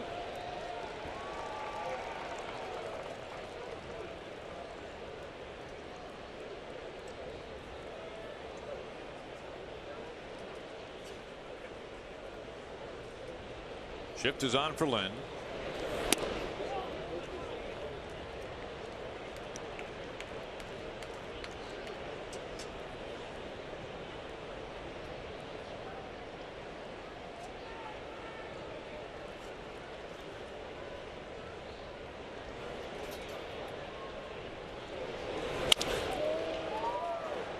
Gobbled up. Arcia's throw over. 1 out. Are you the ultimate Northwest fan of the state of Idaho? Then Root Sports is looking for you throughout the month of August. Submit a photo and story on our website at rootsports.com/ultimate-fan. And you could win a VIP trip for 2 to Seattle in September, a personalized jersey and more. For official rules, visit rootsports.com. Now, the way the Mariners are playing, you come to Safeco Field in September, it can be pretty exciting times around here. 1 out for Iannetta. Chris 1 for 2. The yard back a couple of steps. 2 outs.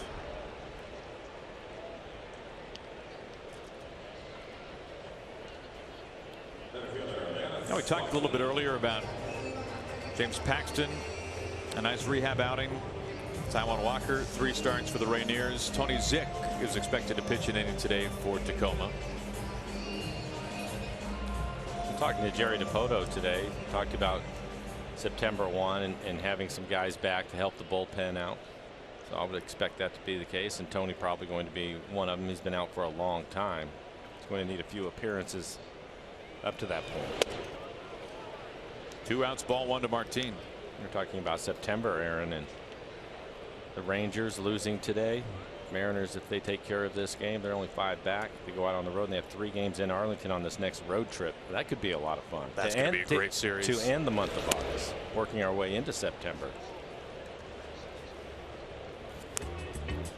Take a look at our Delta Airlines keep climbing AL West standings, just 4 back of the loss column for the Rangers. Boy, and some revenge for that 3-game sweep to the Rangers in Arlington earlier this year. That'd be pretty sweet.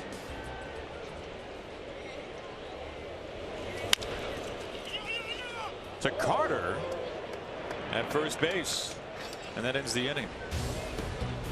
The bare hand. The glove was pretty close. It was right next door.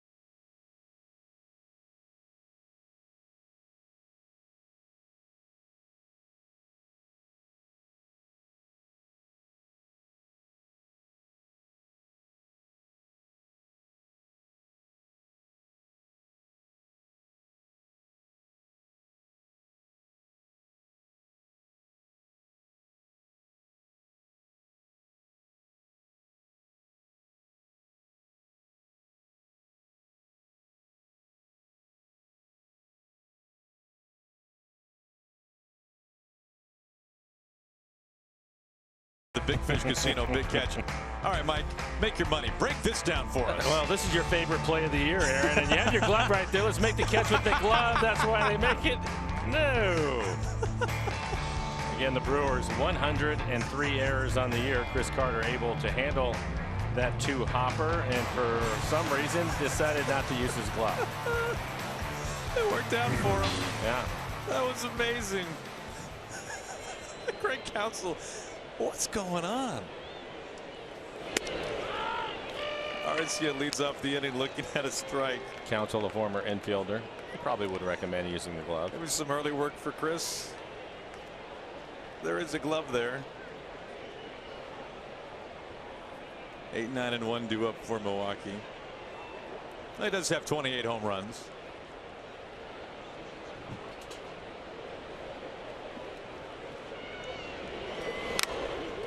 You see him talking to the hitting coach, Darnell Coles, former Mariner. Coming back to Seattle. Yeah.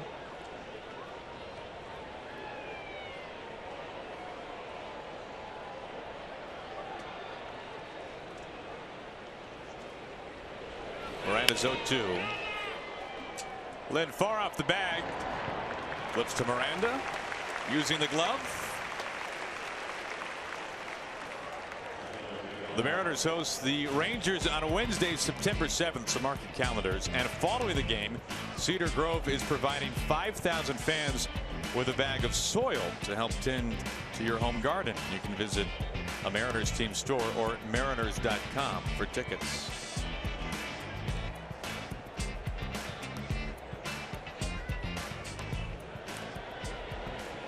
One out here is Jake Elmore. You know, Mike, maybe it's because the Mariners have had such lengthy offensive innings, and they have really made Garza work when he was up on the mound. But Miranda is very efficiently going through this Brewers lineup. He and Iannetta working well. So far, he's faced 18 batters, Aaron, and he's started them all off with a fastball. So he's still working on his off-speed pitches, and we've talked about that a number of times this afternoon. But he's had a good fastball and he's been able to dial up the outside corner with it. Nothing but right-handed batters in the lineup. So taking advantage of that. The 1-2. Up the middle. Funny hop. That hit the base. Only the second hit.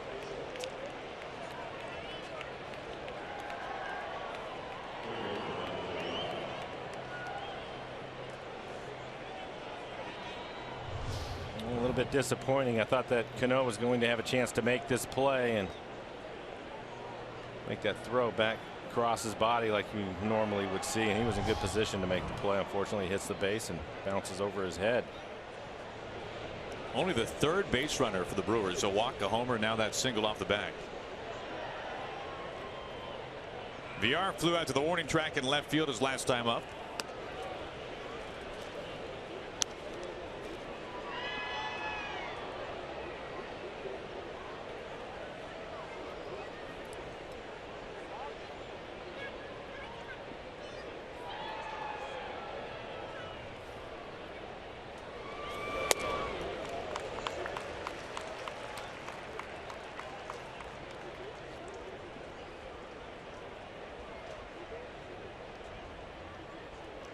Well, after a very lengthy rain delay in Baltimore, the Astros and Orioles got underway, only to be put back in a rain delay right now. So they are being delayed now in the second. Pulled and a fair ball. Marvin Hudson skipping some rope. Elmore is held at third. Back-to-back base hits for the first time today for Milwaukee.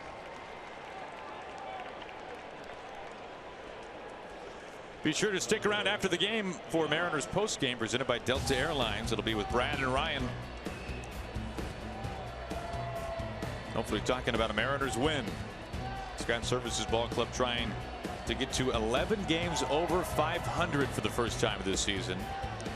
Only the second time this year they've been 10 games over, as Mel Stottlemyre Jr. will make a visit. 82 pitches for Miranda. His previous high with the Mariners was 80, so Well, Stottlemyre giving the bullpen an opportunity to start getting loose.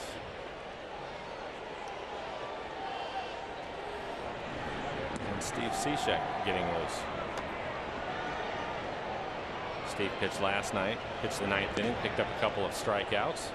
His first outing since being activated in the disabled list.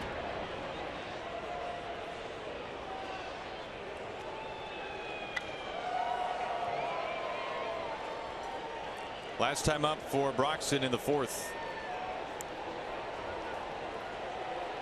Well, he measured this out perfectly. It just gets over.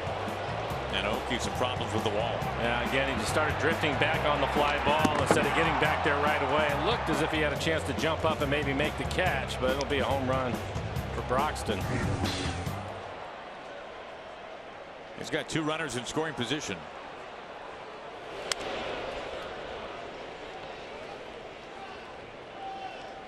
And another first pitch fastball. Are you surprised that he hasn't changed that up, or it's been working? It's been working. And I think that that's his best pitch that he can throw command wise. And talking about he's been on the outside corner with it. So stay there.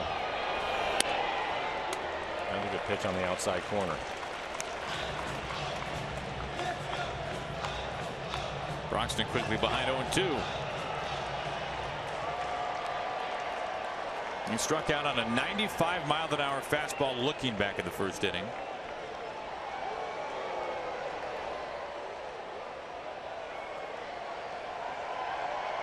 Miranda's 0-2. He gets called out on strikes again. Both times the bat on the shoulder. Yeah, pretty good fastball. The second strike was a fastball in the outside corner. He's going to start this just in off the plate and run it back on the inside corner.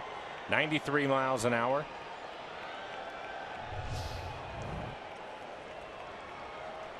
Five strikeout day for Miranda.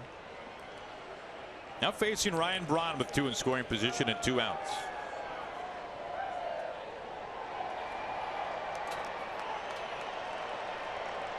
Braun hitless in 2 at-bats. Hooking a fair ball. Elmore easily scoring from 3rd. 2 runs in.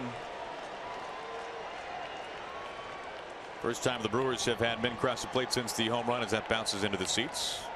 And that is the first time this afternoon that Miranda started a hitter off with something other than his fastball. Off speed pitch, 82 miles an hour, and Braun hits a double down into the corner. And that'll bring out Scott Service. So Steve Cishek. Now a 3-run ball game. We'll step aside.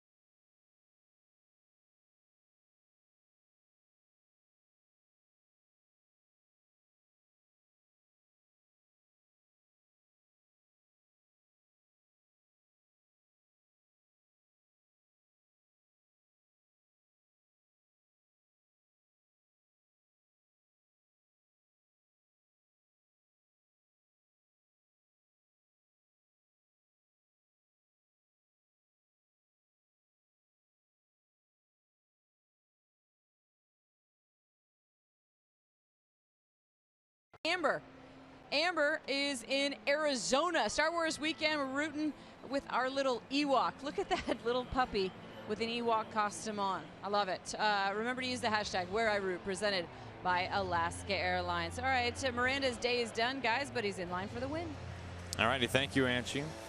New pitcher is Steve Cishek, as he inherits Braun at second base. Braun, who has been the best RBI man in baseball this month. For Miranda, 5 2/3, just 4 hits, 1 walk, 5 strikeouts, 86 pitches, 59 strikes. Steve Cishek again last night had a couple of strikeouts, pitched the 9th inning for the Mariners. 45 appearances overall, a 3.33 ERA, 48 2/3, 64 strikeouts. Opponents hitting 193. Fastball in the low 90s, slider, occasional changeup. First pitch strike to Perez.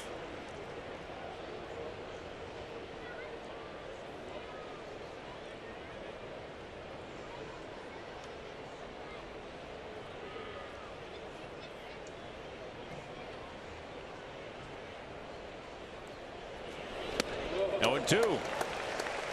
Had a good slider last night. It appears he has a good slider this afternoon. And this is more of the same.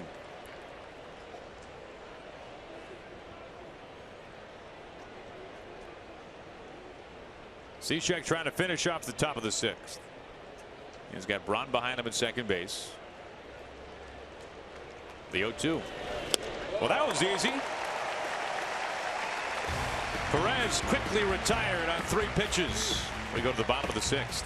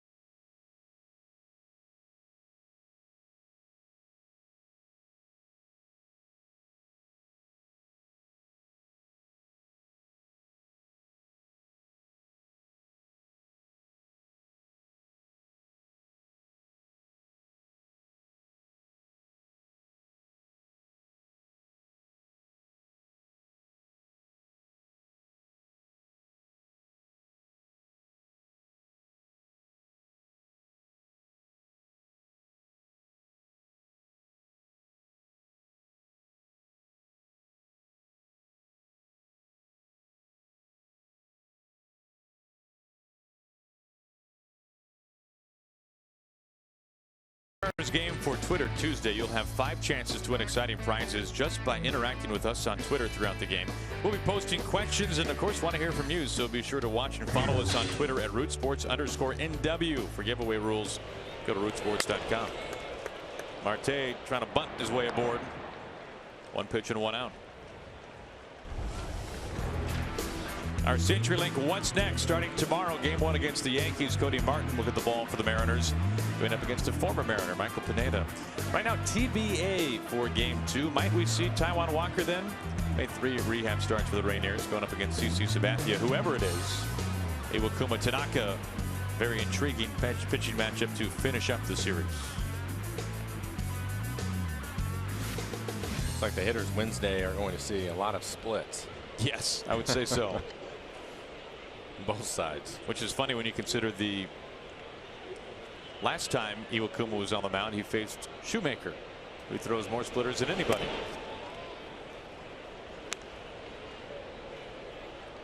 Ball 1 to Aoki. Vincent beginning to warm up. Yeah, nice job by Steve Cishek. Vincent going to pitch the 7th inning.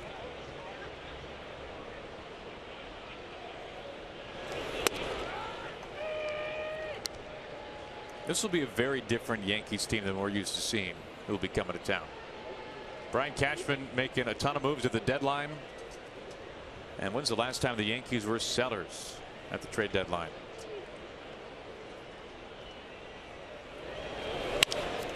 Gloved into right field. Noki stings this for a base hit. Reaches for the third time. No, pardon me, the fourth time, his second hit. Off speed pitch at 86 miles an hour, able to keep his hands back and barrels it up into right field. You're right about that Yankee series, Aaron. Here where we're at, you can typically get player profiles and it'll tell you about all the new players from the transactions, and typically you and I, we know all the players because they're just moving positions, but they have so many young players. We're gonna spend some time reading up. Really do. They got a ton of good ones. Gary Sanchez, the new catcher, is looking like an absolute beast behind home, both behind home and also at the plate. Seth Smith looks at ball one. Seth, a couple of hits today. He's 2 for 3, 2 RBIs.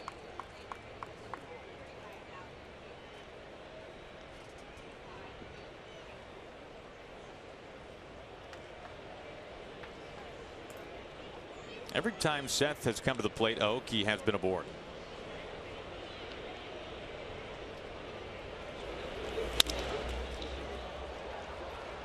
To second base, Perez, the throw on to first, and it's in time for the double play. Now for the second straight inning, the Mariners are retired in order. We're through 6.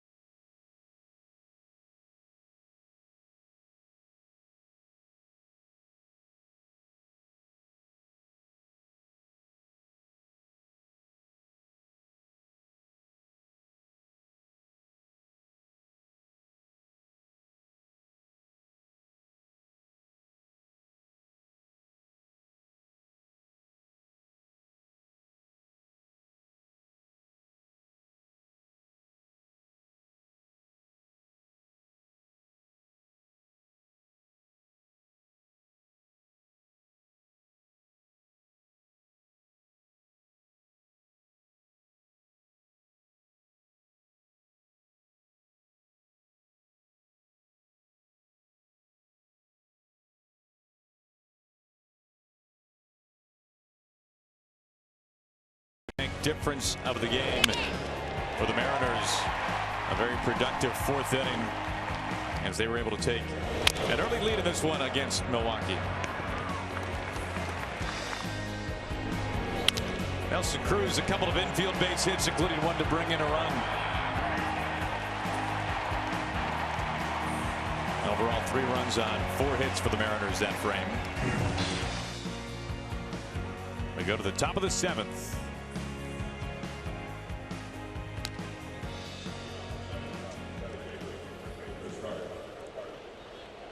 Nick Vincent, the new pitcher on the mound for the Mariners. 41 appearances for Nick. ERA at a 4.10. 49 strikeouts and 41 2/3. Opponents hitting .231. His fastball will be right around 90 miles an hour. A cutter 87 and a slider.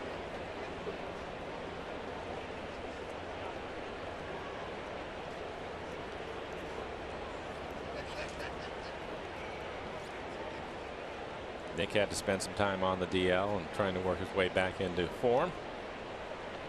Cut fastball, you'll probably see a bunch of those today with all the right-handed hitters the Brewers have in the lineup. And that was the cutter off the plate away.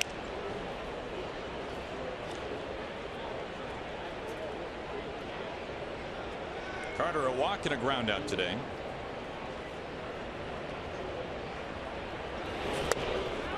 1-1.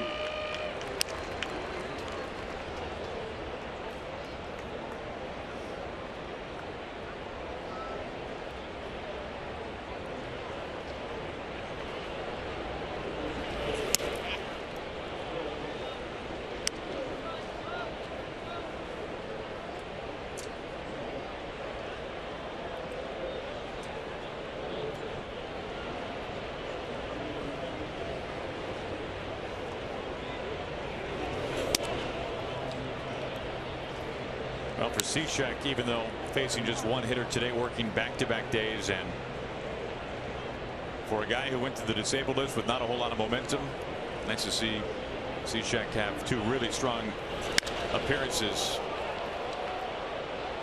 Oki in front of the track. Coming in. One out.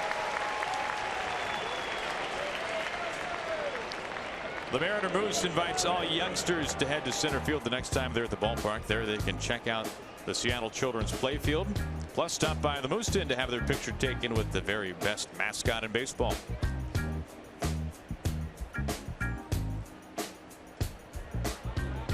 But El Nino getting loose.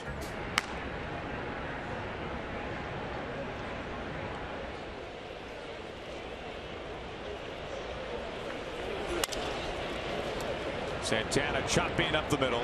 Marte, 2 outs.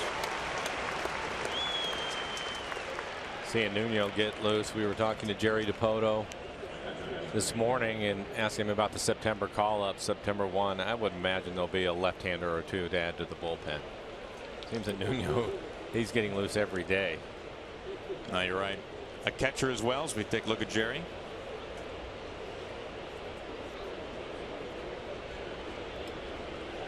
Guillermo Heredia sounds like he'll be coming back up. Swinging strike one to Pena. Carlos Torres beginning to warm up.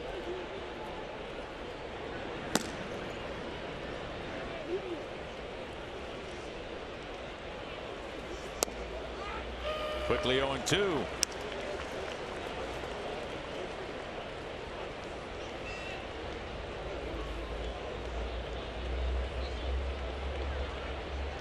David Rollins down with Tacoma these days. Pat Venditti, the switch pitcher.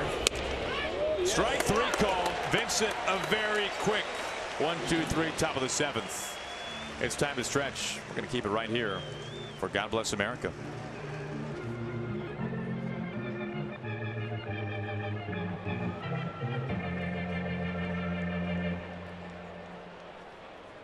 Ladies and gentlemen, we ask you now to please join us in honoring our great country with the singing of God Bless America. Please welcome back from the Marysville Fire Department, Keith Taylor.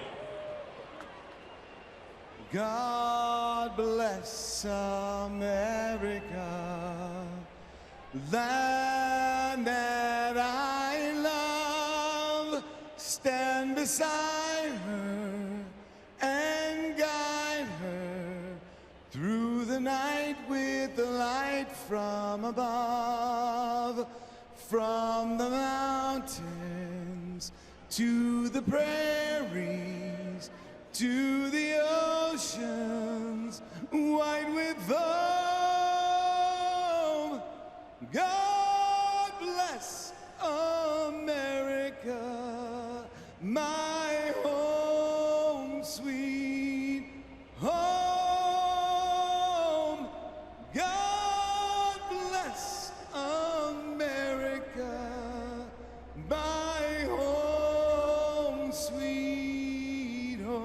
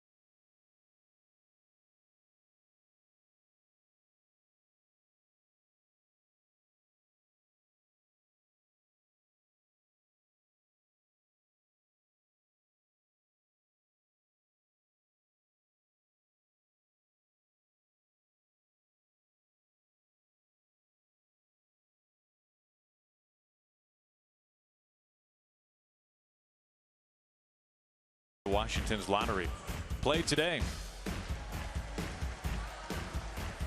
It's turned out to be a very beautiful day here from Safeco Field.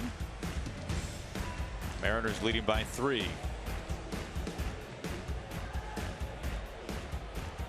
As we turn to the bottom of the 7th, the new pitcher Carlos Torres up on the mound for the Brew Crew.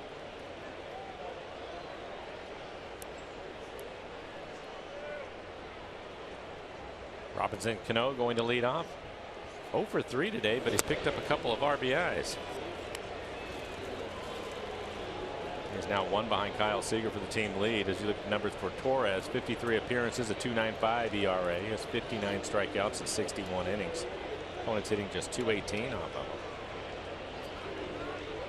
Well, you look at the days so far for Cano and Cruz, and this is not exactly what you expect from these guys. Cano has 2 RBIs, both on ground ball outs. Cruz has 2 hits and an RBI, both on hits that have not left the infield.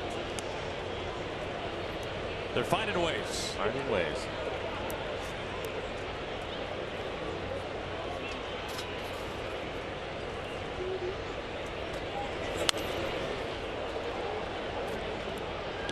One and 2 to Cano.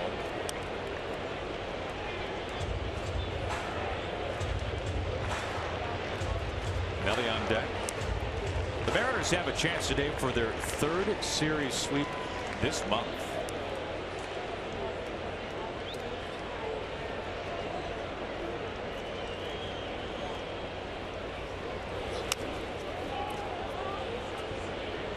They'll finish the month with the Yankees, and then at the White Sox for 4, and at the Rangers for 3.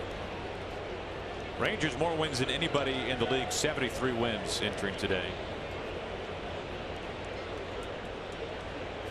Meanwhile, they have resumed play in Baltimore. Martin nursing a injured lip, diving back to second base. Cano called out on strikes. Take a look at our updated Delta Airlines keep climbing wild card standings. The Yankees losing in Anaheim. They're on their way to Seattle. They do win the series though, 2-1. Astros 4.5 games back. The Royals really making some noise. 4 games over 500, 4 games out. But Tigers winning earlier today, taking down the Red Sox with 10 runs. The Mariners, if they win today, and if the Orioles lose, they would be tied with Baltimore for that second wild card spot.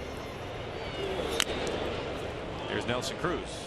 Looking at the standings, Aaron, I can remember way back, probably a couple of months, and having a conversation with you about if they want to get into this thing and they want to continue to win and get things turned around, they're going to have to play better at home. They're looking for their 9th straight win at home. They're at the start of today, they're 10 games over 500 at home. Well, I would say they've made the adjustment. One thing that really stood out to me today, just filling out the scorebook, is the Mariners are doing what winning teams seem to do every year. You play 500 on the road. They're 31-31, and you win at home. They're 10 games over 500 at home now. Yeah, it's been a great turnaround for them, and they're obviously scoring runs now at home, doing what they need to do. Their schedule has been in their favor. They're taking advantage of that, but I still think that Jerry Dipoto basically rearranging the back end of that bullpen has been the biggest difference. 1 out, nobody on. Back-to-back strikeouts. And no surprise, Seager has been showing off that Gold Glove a little bit at third base today, Mike. It really has, with all the fastballs that Miranda throws. Then he has the changeup. Nothing but right-handed hitters in the lineup. You had to figure that Kyle was going to get a little bit of a workout in the field, and that certainly was the case. And he's been able to handle everything hit his way at third. Looking for his first hit in the ballgame. He's 0 for 3. Trying to extend that 7-game hitting streak. Looks at strike 1. Last 22 games for the Mariners here at home, they are 17-5. If you go back to Adam Lynn's walk-off homer against Trevor Rosenthal, another interleague series when the Redbirds were in town. Since that walk-off homer, the Mariners are 20-7 here at Safeco Field. 20-7 for a team that was really struggling at home.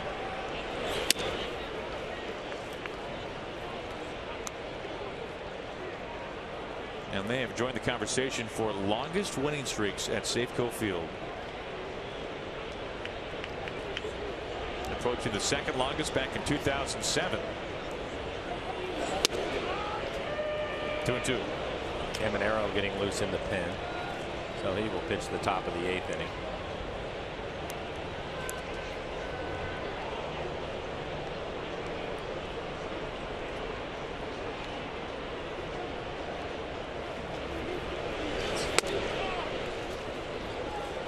Full count to Kyle. If he reaches, Lind would be next. Lind is hitless today. The 3-2. A pick and shallow right. Perez on a hop. And the side retired in order for the 3rd straight inning. We have completed 7.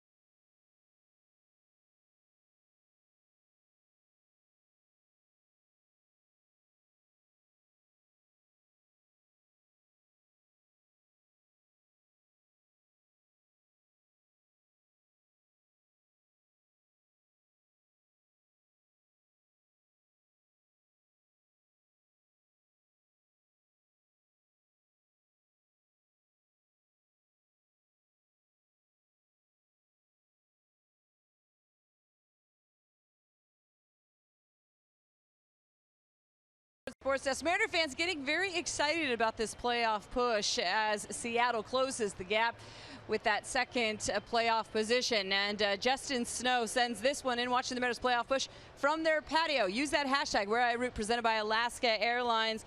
And then we have Dennis. Dennis sends this one in for 34th anniversary for Dennis and Judy. Congratulations to them. We'll get you back upstairs. Hashtag is Where I Root, presented by Alaska Airlines. And I love it anytime I see this guy out in right field, because that means the Mariners have the lead and we need defense. There you go. That's right, Angie. Sean O'Malley has taken over for Seth Smith in right field. We've got a new pitcher as well. Archimedes Caminero will take over as we begin the 8th. 47 appearances, a 3.42 ERA, 39 strikeouts in 50 innings. Opponent's hitting .286. His fastball will be in the upper 90s. Cutter right around 94 miles an hour. Also has a split.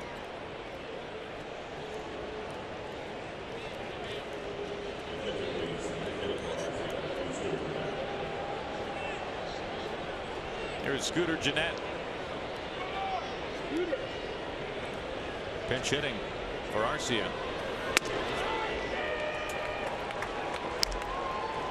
Also have a pinch hitter on deck, the Nieuwenhuis.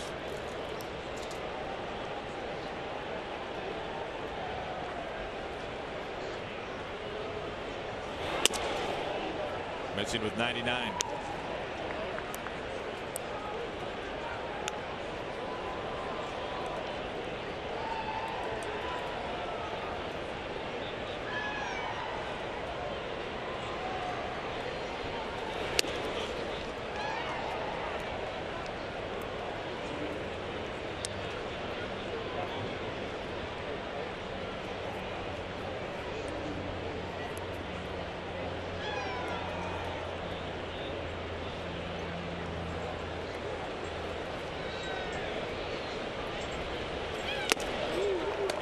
Just barely grazes 98. 2 balls and 2 strikes. The bullpen with a couple of strikeouts so far today. Cishek with 1, Vincent the other, and Caminero ahead, or pardon me, with 2 strikes against Jeanette.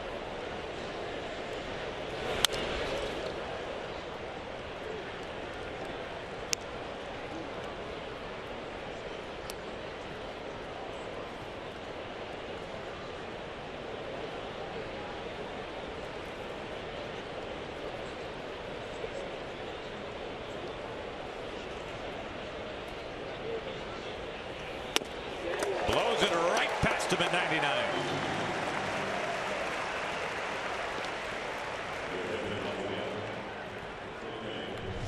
One off-speed pitch, 6 pitches, 5 fastballs. This one at 99 miles an hour.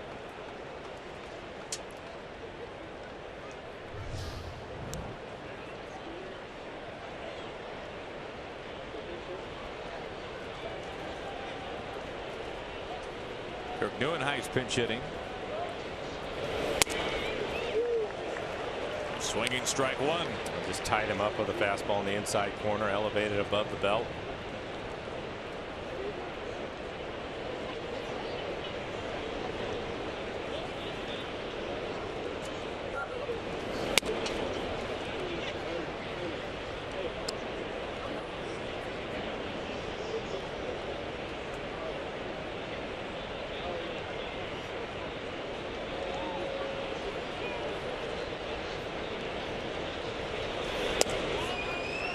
I'll say this for Caminero,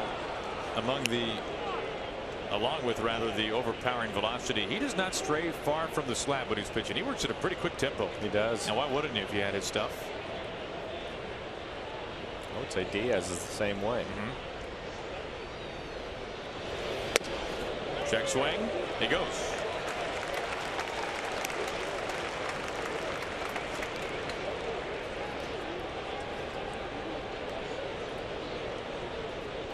More activity inside the bullpen.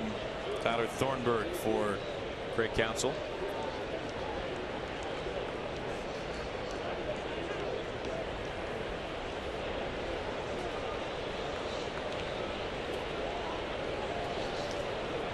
On the way to 2-2. Popped way high. Seager behind the mound. 2 outs.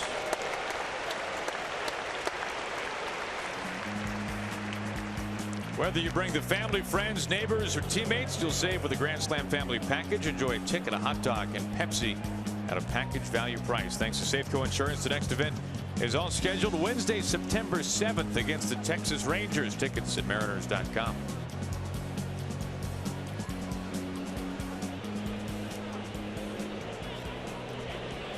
Now the bullpen has been perfect so far. As we go to the top of the order, it brings in VR.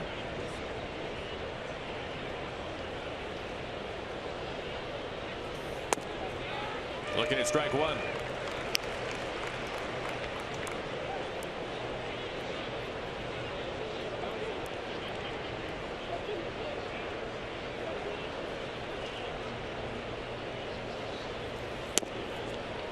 Well, we mentioned his name earlier in this game, but some good news out of Tacoma as Tony Zych, a perfect inning in his rehab stint today with the Rainiers. 2 strikeouts.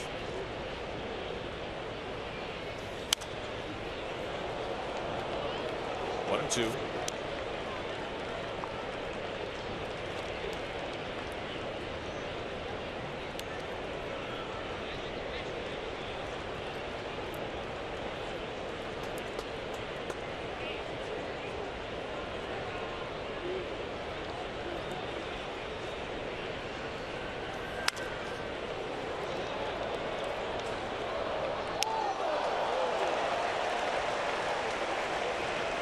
He's basically just going right at him. He mixed in a couple of cutters and a split, but for the most part, 99 miles an hour. Hit it if you can. The 1-2. And his center. Martin barely having a move right on top of the 2. And the Mariners bullpen has sat down all 7 that it's faced.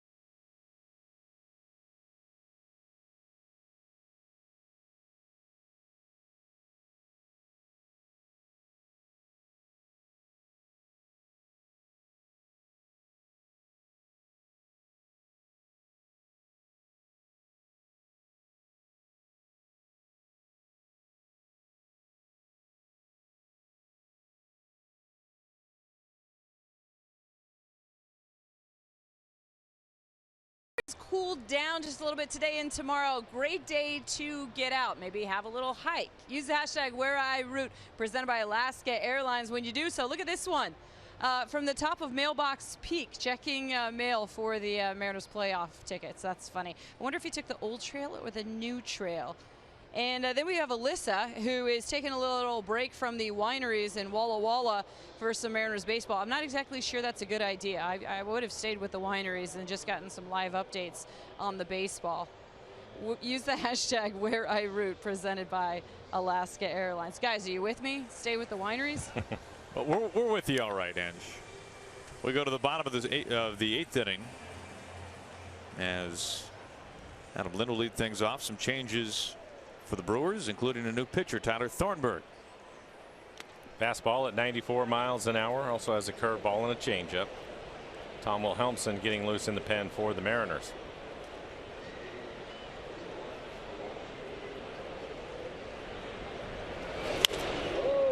Pulled foul. 0-2 on Lind.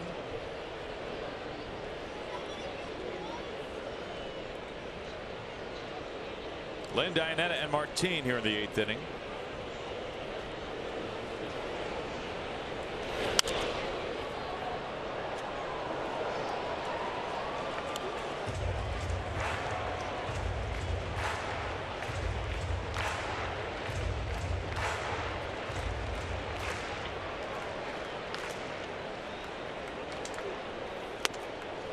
Lind down on strikes.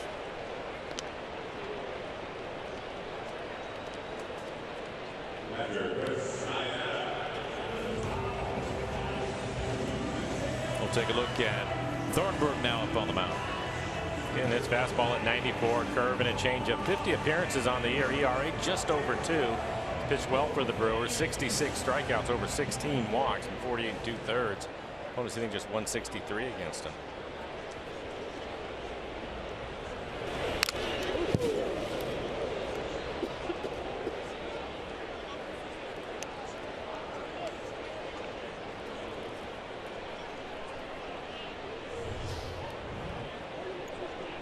Check out the right side of Jim Joyce's face mask here.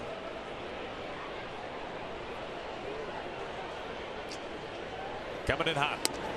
0-2. As we mentioned earlier, Joyce in his 29th year, so that's not the first time.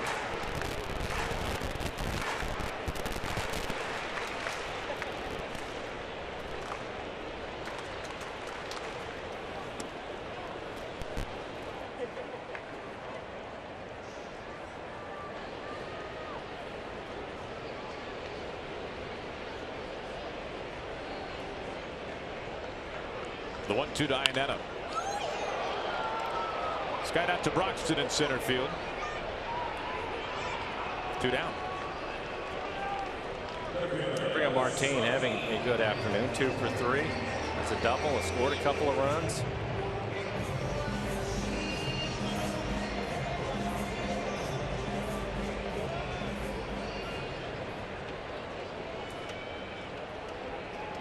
Mariners leading by 3 with 2 outs and nobody on here in the 8th.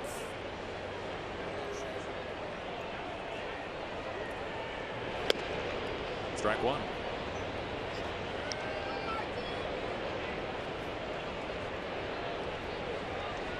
Wilhelmsen continuing to warm up.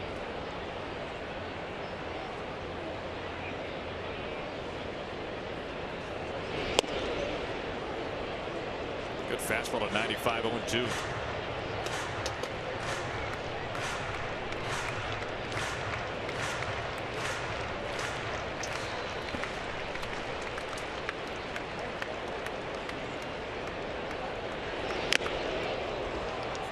Martin retired some heat to finish it off. And we go to the top of the 9th inning. Here comes Tom Wilhelmsen for the Mariners.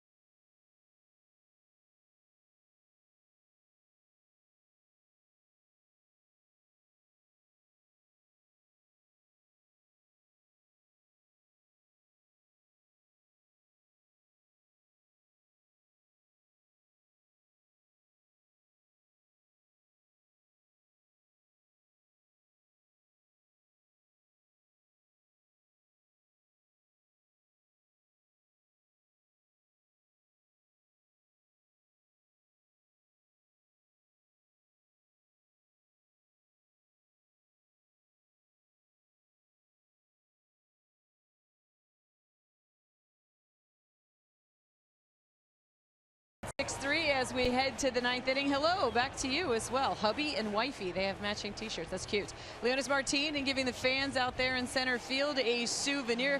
And the Mariners able to manufacture some runs today. Leonys, part of that. We'll chat a little bit more about that coming out the post-game show. We'll also head inside the skipper's office to hear from Scott Service. It's all coming up on Mariners Postgame presented by Delta Airlines. We'll also give you the latest on the playoff pitcher. And 9th inning bartender in today.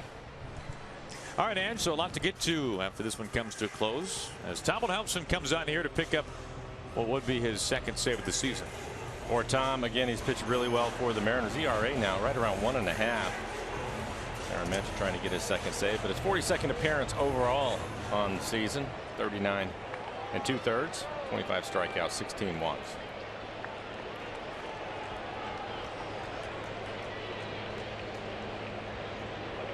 Jim Joyce doing some filing.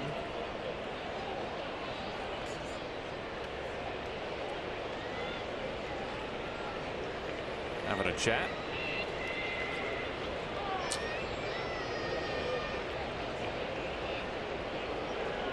Now, so here we go.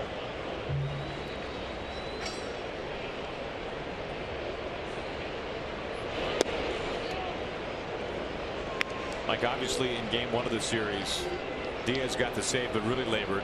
3 walks. Threw over 30 pitches. Was able to get out of it, but it wasn't easy. Had yesterday off. Lynn chasing after this. Coming up on the wall. Foul ball. I understand this is a save opportunity, and normally you would see Diaz, I think, but Brewers have struggled this year. The Mariners are playing well at home. The Brewers have struggled on the road. Would be a 3-run save for him, and I think that you still have to manage this young man. And maybe if it was a 1-run game, he'd probably be out there. But I think right now, with the way that Tom has pitched and pitched well, you have to look out for Diaz and his arm, and something that Scott Servais has talked about. Still have to manage him. Let's not forget, not only has he not been a closer, but he hasn't been a reliever. So Crushed to left. This is gone. It's a 2-run game. Off the out-of-town scores. Broxton came into the game with 4 home runs. He has hit 2 today. He's hit 3 in this series. That was hammered.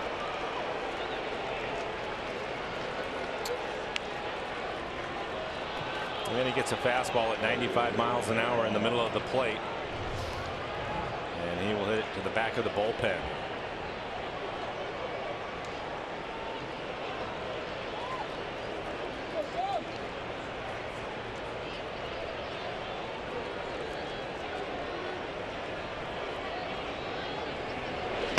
Braun swings through the first pitch. First home run that Wilhelmsen's given up to a right-handed hitter since coming back to the Mariners. Only the second home run he's given up in total.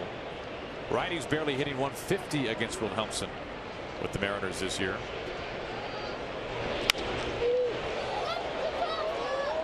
Oh, 2.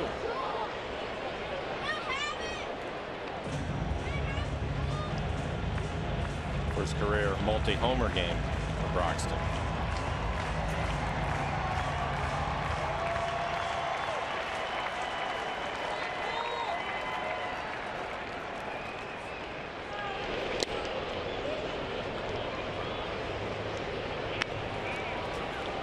Ball and 2 strikes to Braun.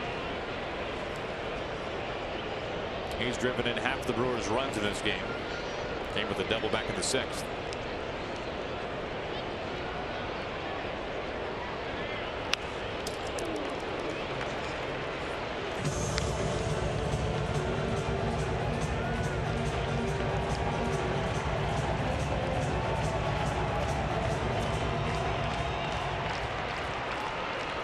Broxton, kind of indicative of baseball today. He has struck out twice. He's homered twice as Braun goes down chasing. 1 out. Pretty good fastball from Tom at 96 miles an hour. Perfect location at the knees. Splits the outside corner. And a weak swing. Braun just trying to get it out of there. Swings through it.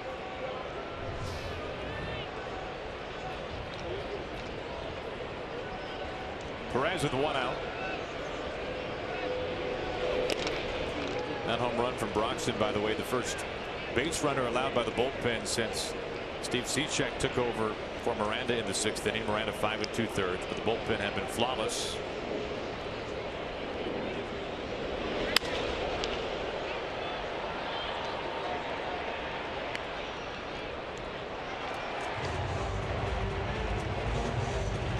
Since the acquisition of Tom came at this point a while ago, it's pretty easy to forget about him coming into the fold. Martin quickly moving to the track. Martin has it off his glove. This brings a tying run to the plate. Well, he had to cover a lot of ground, but typically if he gets his glove on it, he's going to make the catch.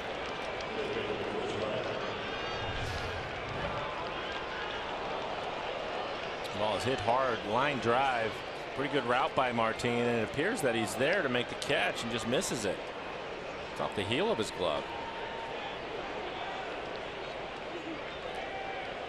I haven't seen that very often this year. Not at all. Well, this gets a little scary here. 1 out, tying run at the plate. And it's Chris Carter.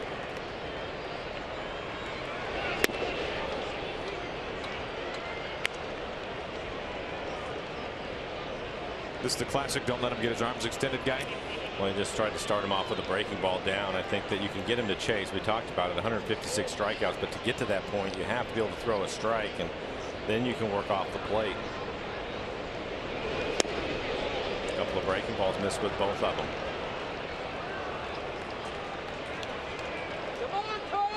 Now Vidal Nuno starting to get loose again in the pen for the Mariners.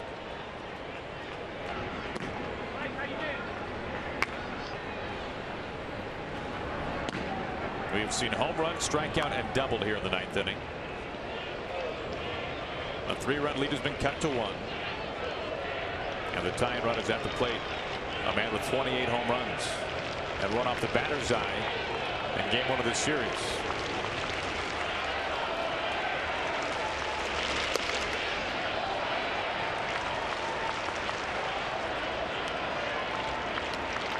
That's 3 breaking balls in a row. Santana waiting on deck.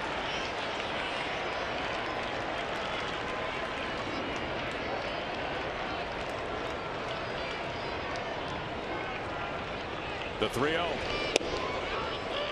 Able to get a strike in.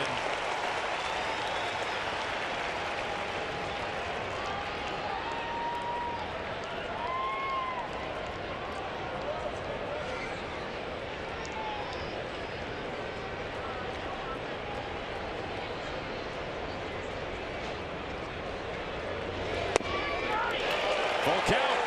2 perfect pitches to get back into the count. Fastball's right on the outside corner.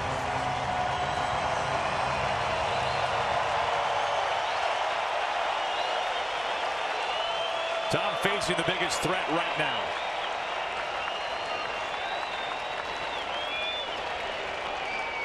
Well, Helson's 3-2. High right center.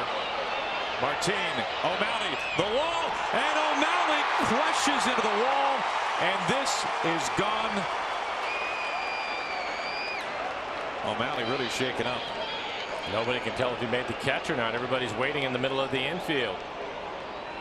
It does not look like he's got the ball. This looks like it's gone. Wow. Everybody's waiting. It's a homer. Tied game.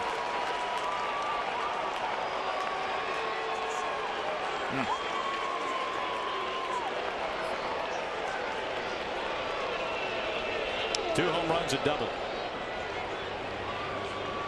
Great effort by O'Malley trying to get it back in the ballpark. He came in as a defensive replacement.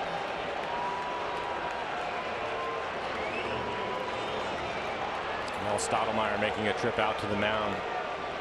Chris Carter going the other way on a 97-mile-an-hour fastball. The best fastball Tom has thrown in the inning.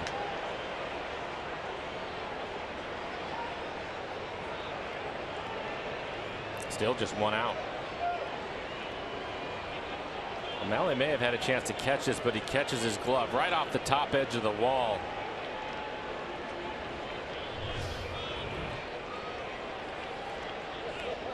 That's the second home run, making the third home run today for the Brewers. And 2 of them have just barely gotten over the fence. But they count.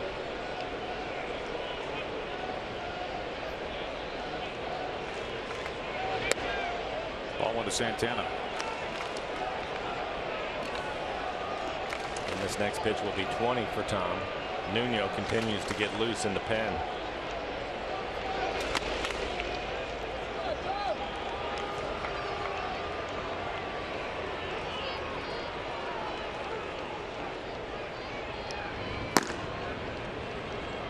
Bullpen brewing for Milwaukee.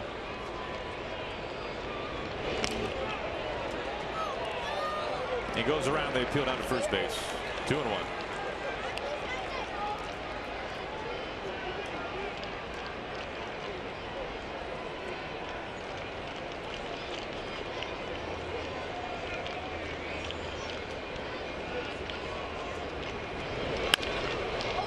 Martin having a charge. 4th hit this inning.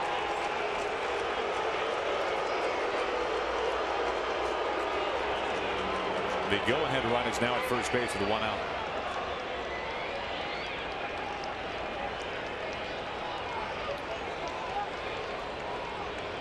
And Scott Service out of the dugout. That's going to be it. He's going to get Nuno.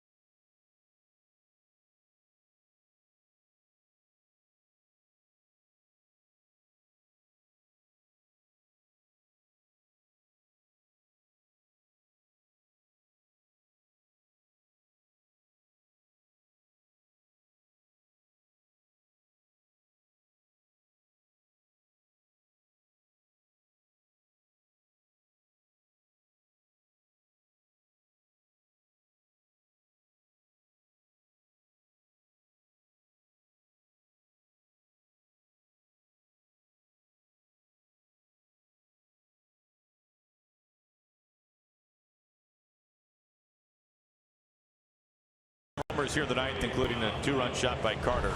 The opposite way, we take a look at our Delta Airlines keep climbing wild card standings. Mariners just a game out, hoping for an Orioles loss. And a Mariners win today to tie those two teams up. Red Sox top wild card spot by a game and a half. Astros and Orioles have been in a couple of rain delays today from Camden Yards, as the Royals are trying to sneak up on some folks. Go-ahead run is at first base, inherited for Vidal Nuno. This will be his 44th appearance, a 2.76 ERA, 45 2/3. He has 43 strikeouts, just 8 walks on the year. Opponent's hitting .256 against Nuno. Fastball right around 90. He has a slider, curveball, changeup.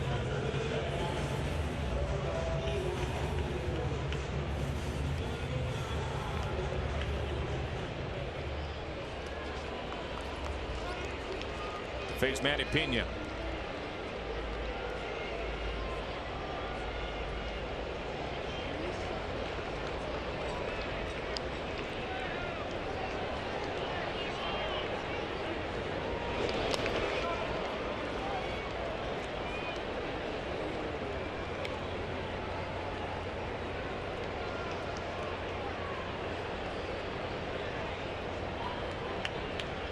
Nuno, the 5th reliever used today by Scott Service.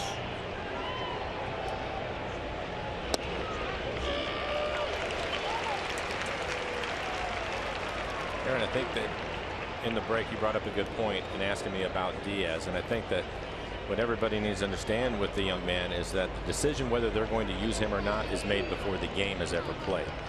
And I think that was the case today. Well, it's obviously the case that the reason why he didn't pitch was one of the base hits for the Brewers.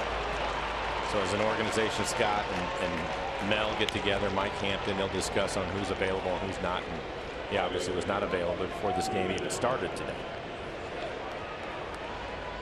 This was like a changeup, down 82 miles an hour on the base hit.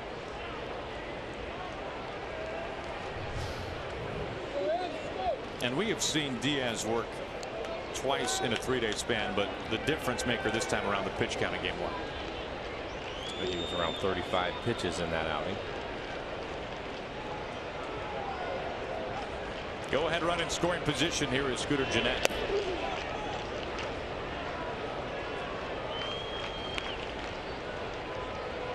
Three runs in, just 1 out for the Brewers here in the 9th inning.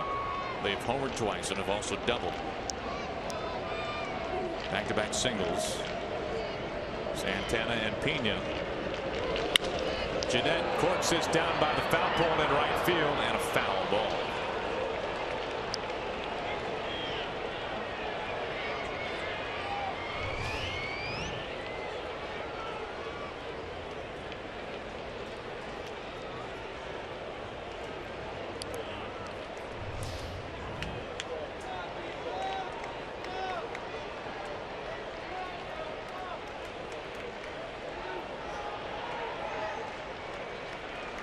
First and second for Milwaukee.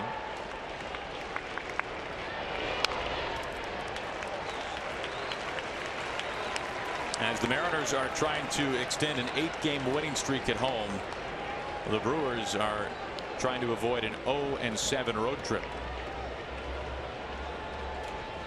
They've lost 6 in a row season long. Well, the Brewers haven't had many opportunities to hit with runners in scoring position this afternoon. They're 2 for 4. They added 3 home runs today. To the gap. Oh, he had just lost it. And then he missed the cutoff man. No chance to get the runner at the plate.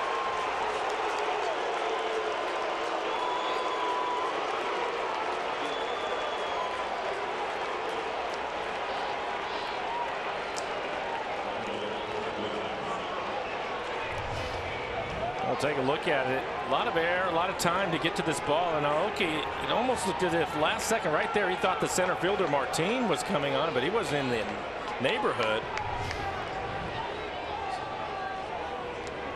And the ball drops in, and then he overthrows the cutoff man in Marte. Now this has been an adventure. The Brewers have taken the lead here in the 9th inning. Still just the 1 out. Strike one to Nieuwenhuis.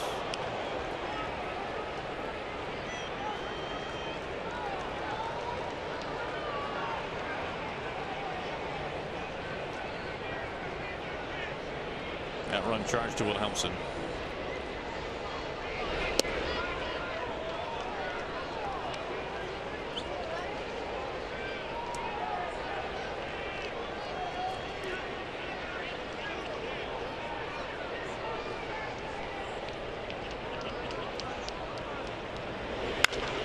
Crushed. Foul pole, right field, foul.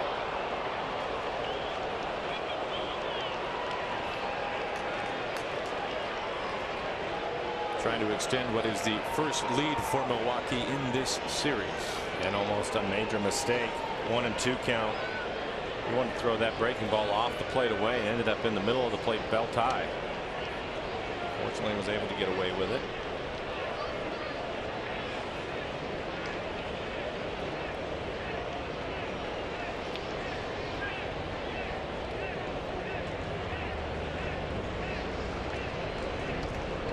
First and second, one out.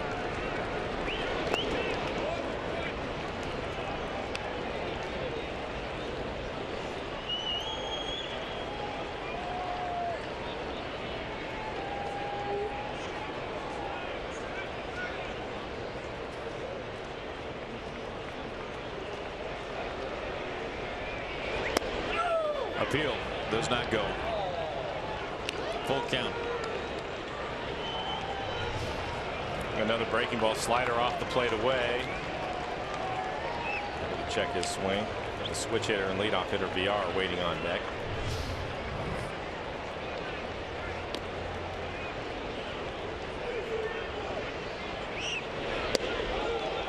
Bases are loaded.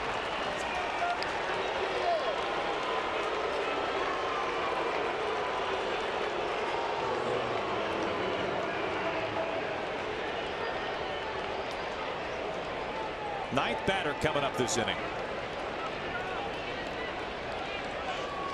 4 runs have crossed home plate. Brewers have spent 1 out.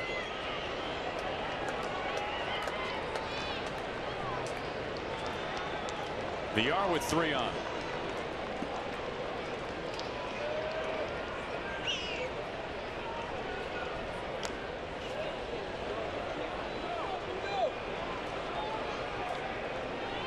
And a lot of off-speed pitches from Nuno this afternoon.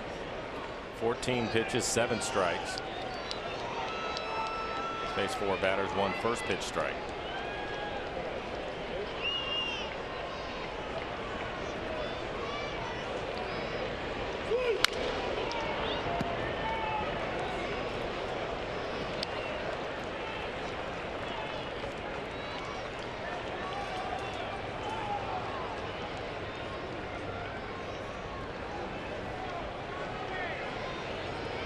When we go to the bottom of the 9th inning, it'll be 9-1 and 2 due up for the Mariners. Nuno ahead 1-2. Drew Storm starting to get loose.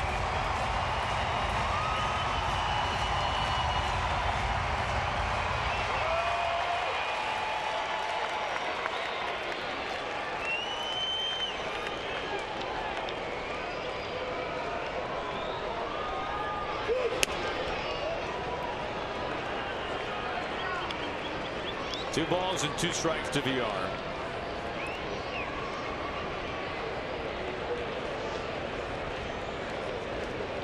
One out, bases loaded.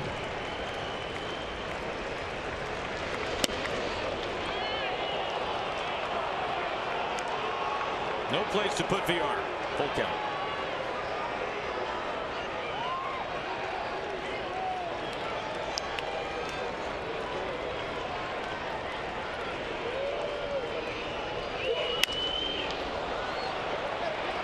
O'Malley nearing the line. Halfway down the line, O'Malley is able to get the runner all the way back to third.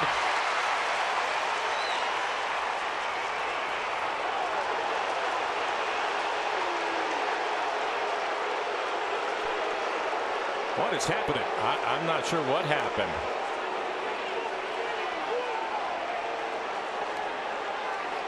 The runner went about halfway down the line, as he should. It was a strong throw by O'Malley. The runner at second base ran all the way to third, and Iannetta.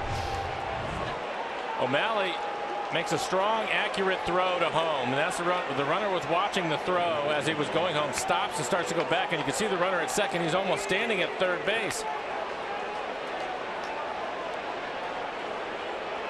Now, I'm not sure what happened. I don't know why Chris just threw the ball to Kyle right there. I'm not sure what was going on.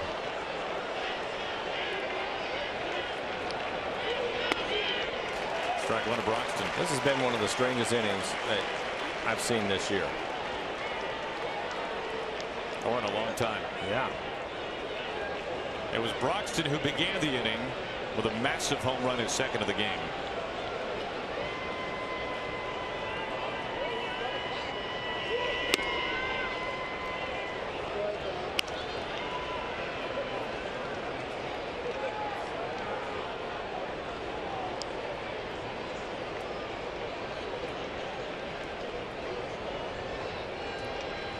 Bases loaded, 2 outs.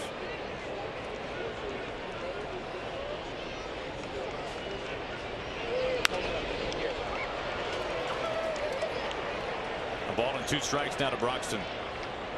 It was Broxton who homered, and out later Perez doubled a ball that glanced off Martine's glove, which adds to the wackiness here in the 9th inning. Carter just kind of flicked his bat and went oppo on it, on a ball that O'Malley, we weren't sure if he caught it or not. He went face planting into the wall in right field.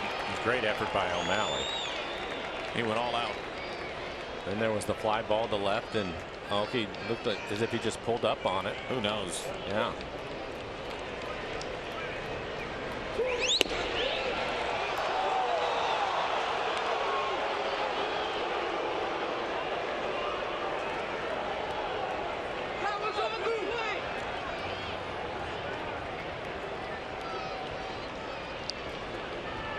Bases loaded, 2 outs. The 2-2. It ends the 9th. We will play a bottom of the 9th inning. The Mariners need 1 to tie. They need 2 to win it in walk-off fashion. Ketel Marte. They'll be followed by Aoki. And there's Sean O'Malley.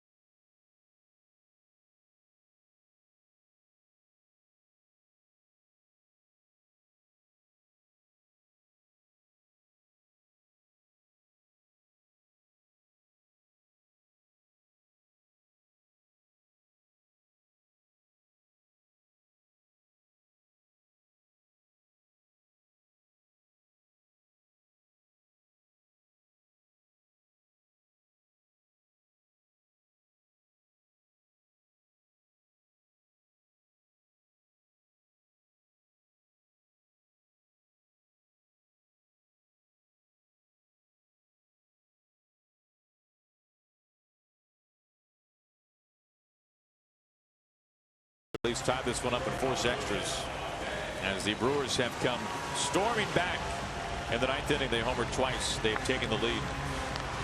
Well, the Mariners have some speed this inning. Marte, the 9-0 hitter, is going to lead things off, and you have Aoki, O'Malley after that. Then you get to the middle of the lineup. Still Thornburg up on the mound. We saw a really lively fastball from him in the 8th. Yeah, it was 94 to 96 miles an hour with a pretty good curveball.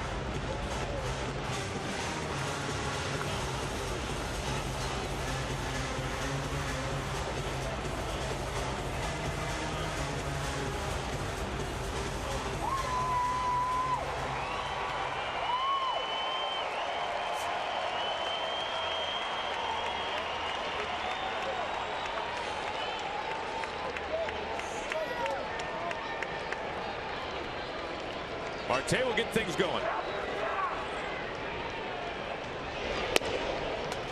Missing badly for ball one.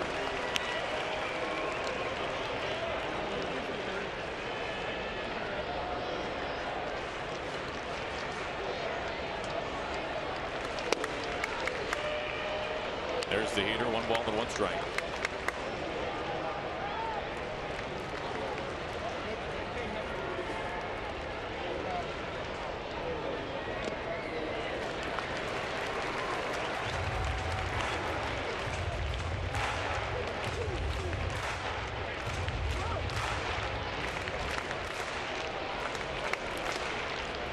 The 2-1.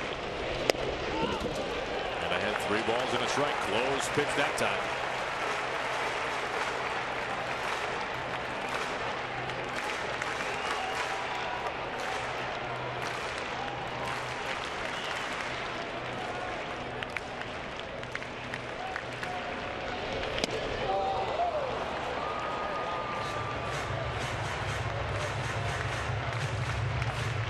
Pretty good run on this fastball at 94 miles an hour. And on the outside corner.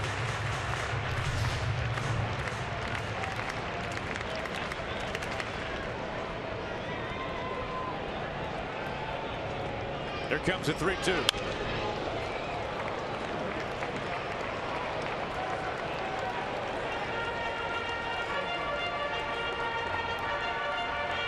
The Mariners were 3 outs away from a 3-run win in this game. A 4-run ninth by Milwaukee. High the opposite way, but foul as Nieuwenhuis can't get to it.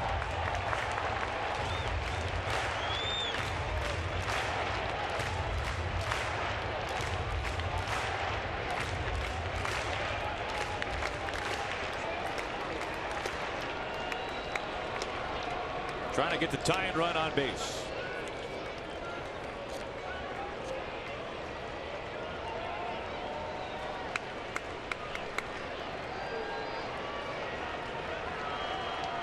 Again, the 3-2. This will be the 9th pitch of the at-bat. A lot of fastballs, all of them away from him. Now, if you're a guy like Marte, who's not a guy who you think of to tie the game up with 1 swing, how do you approach the guy you're just trying to get on base throwing mid-90s? That's all he's trying to do right now. You can see by the swings he's taking, he's just trying to put it in play, find a way to get on base, and he's done it. In front of Nieuwenhuis, tying run is aboard. What an at-bat.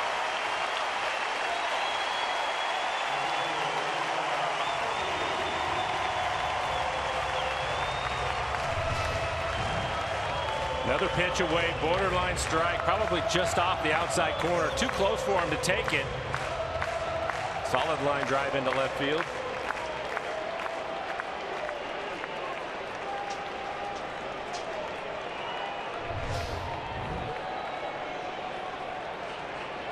Tying run is at first base. It brings in Aoki.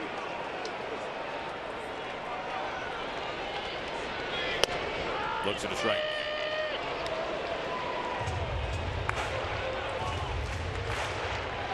O'Malley on deck, then Cano.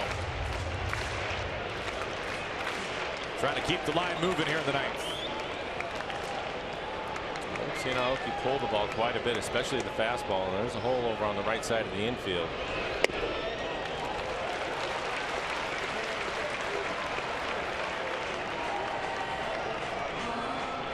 Perez, the third baseman, in on the grass at third.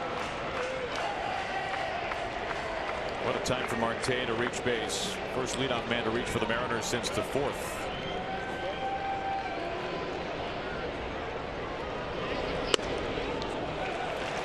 Aoki ahead of the count.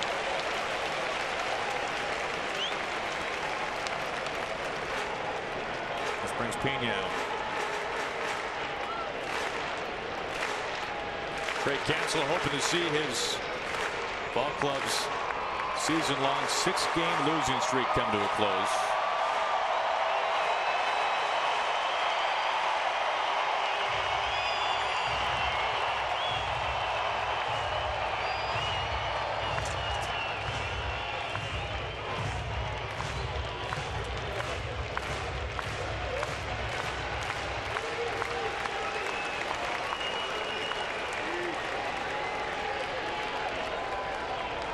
The 2-1.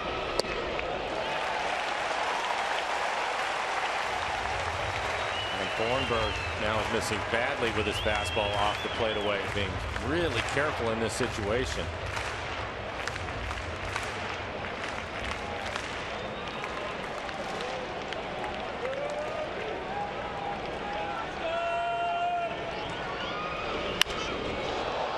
A mile high. Jeanette. 1 out.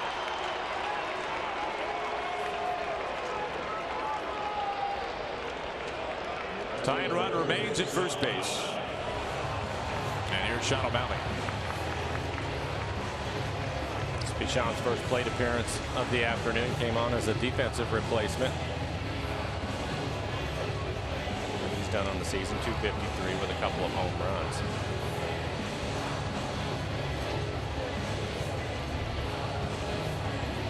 So bring on a visit to the mound.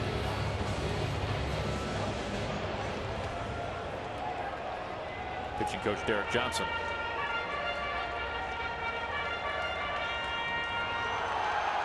Sean probably did not think he would be hitting in this game. I'm sure he wasn't expecting that to happen. Mariners ahead by 3 runs.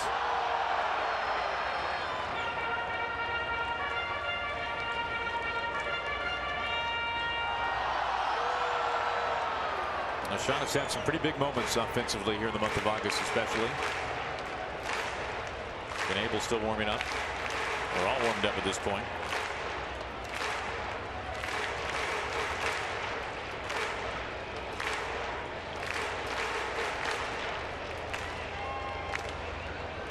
It was Marte getting himself aboard with a single into left field to begin this bottom of the 9th inning. 1 out later, here is O'Malley. O'Malley represents the winning run. Cano waiting on deck.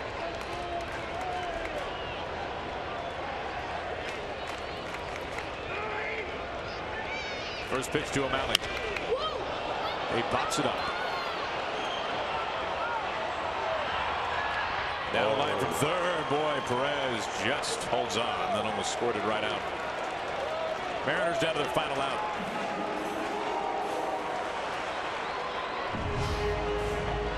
How about a snow cone on a summer's day? Up the heel of his glove and tried to roll out. Able to hold on to it.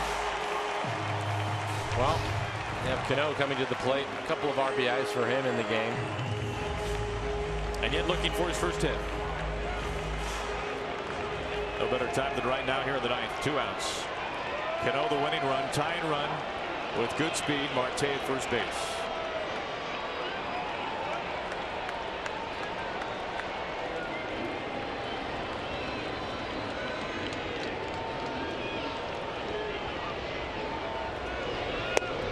Taking all the way a strike. And one of the few breaking balls we've seen from him.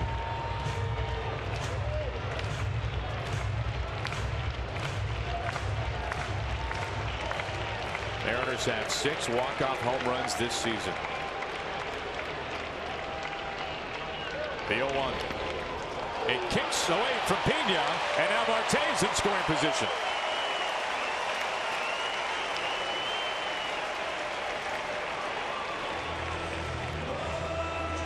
Another breaking ball, this one in the dirt.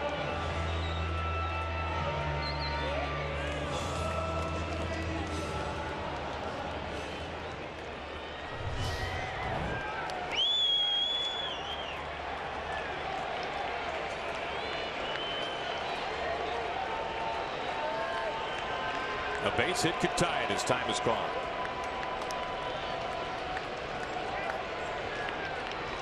Brewers scoring 4 runs in the top of the 9th. The Mariners looking just for 1 here in the bottom half.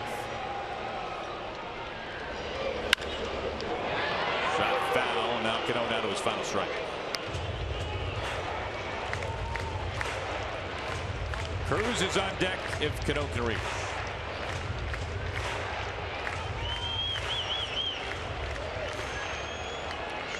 Mariners 5 for 11 with runners in scoring position this afternoon. Awfully good.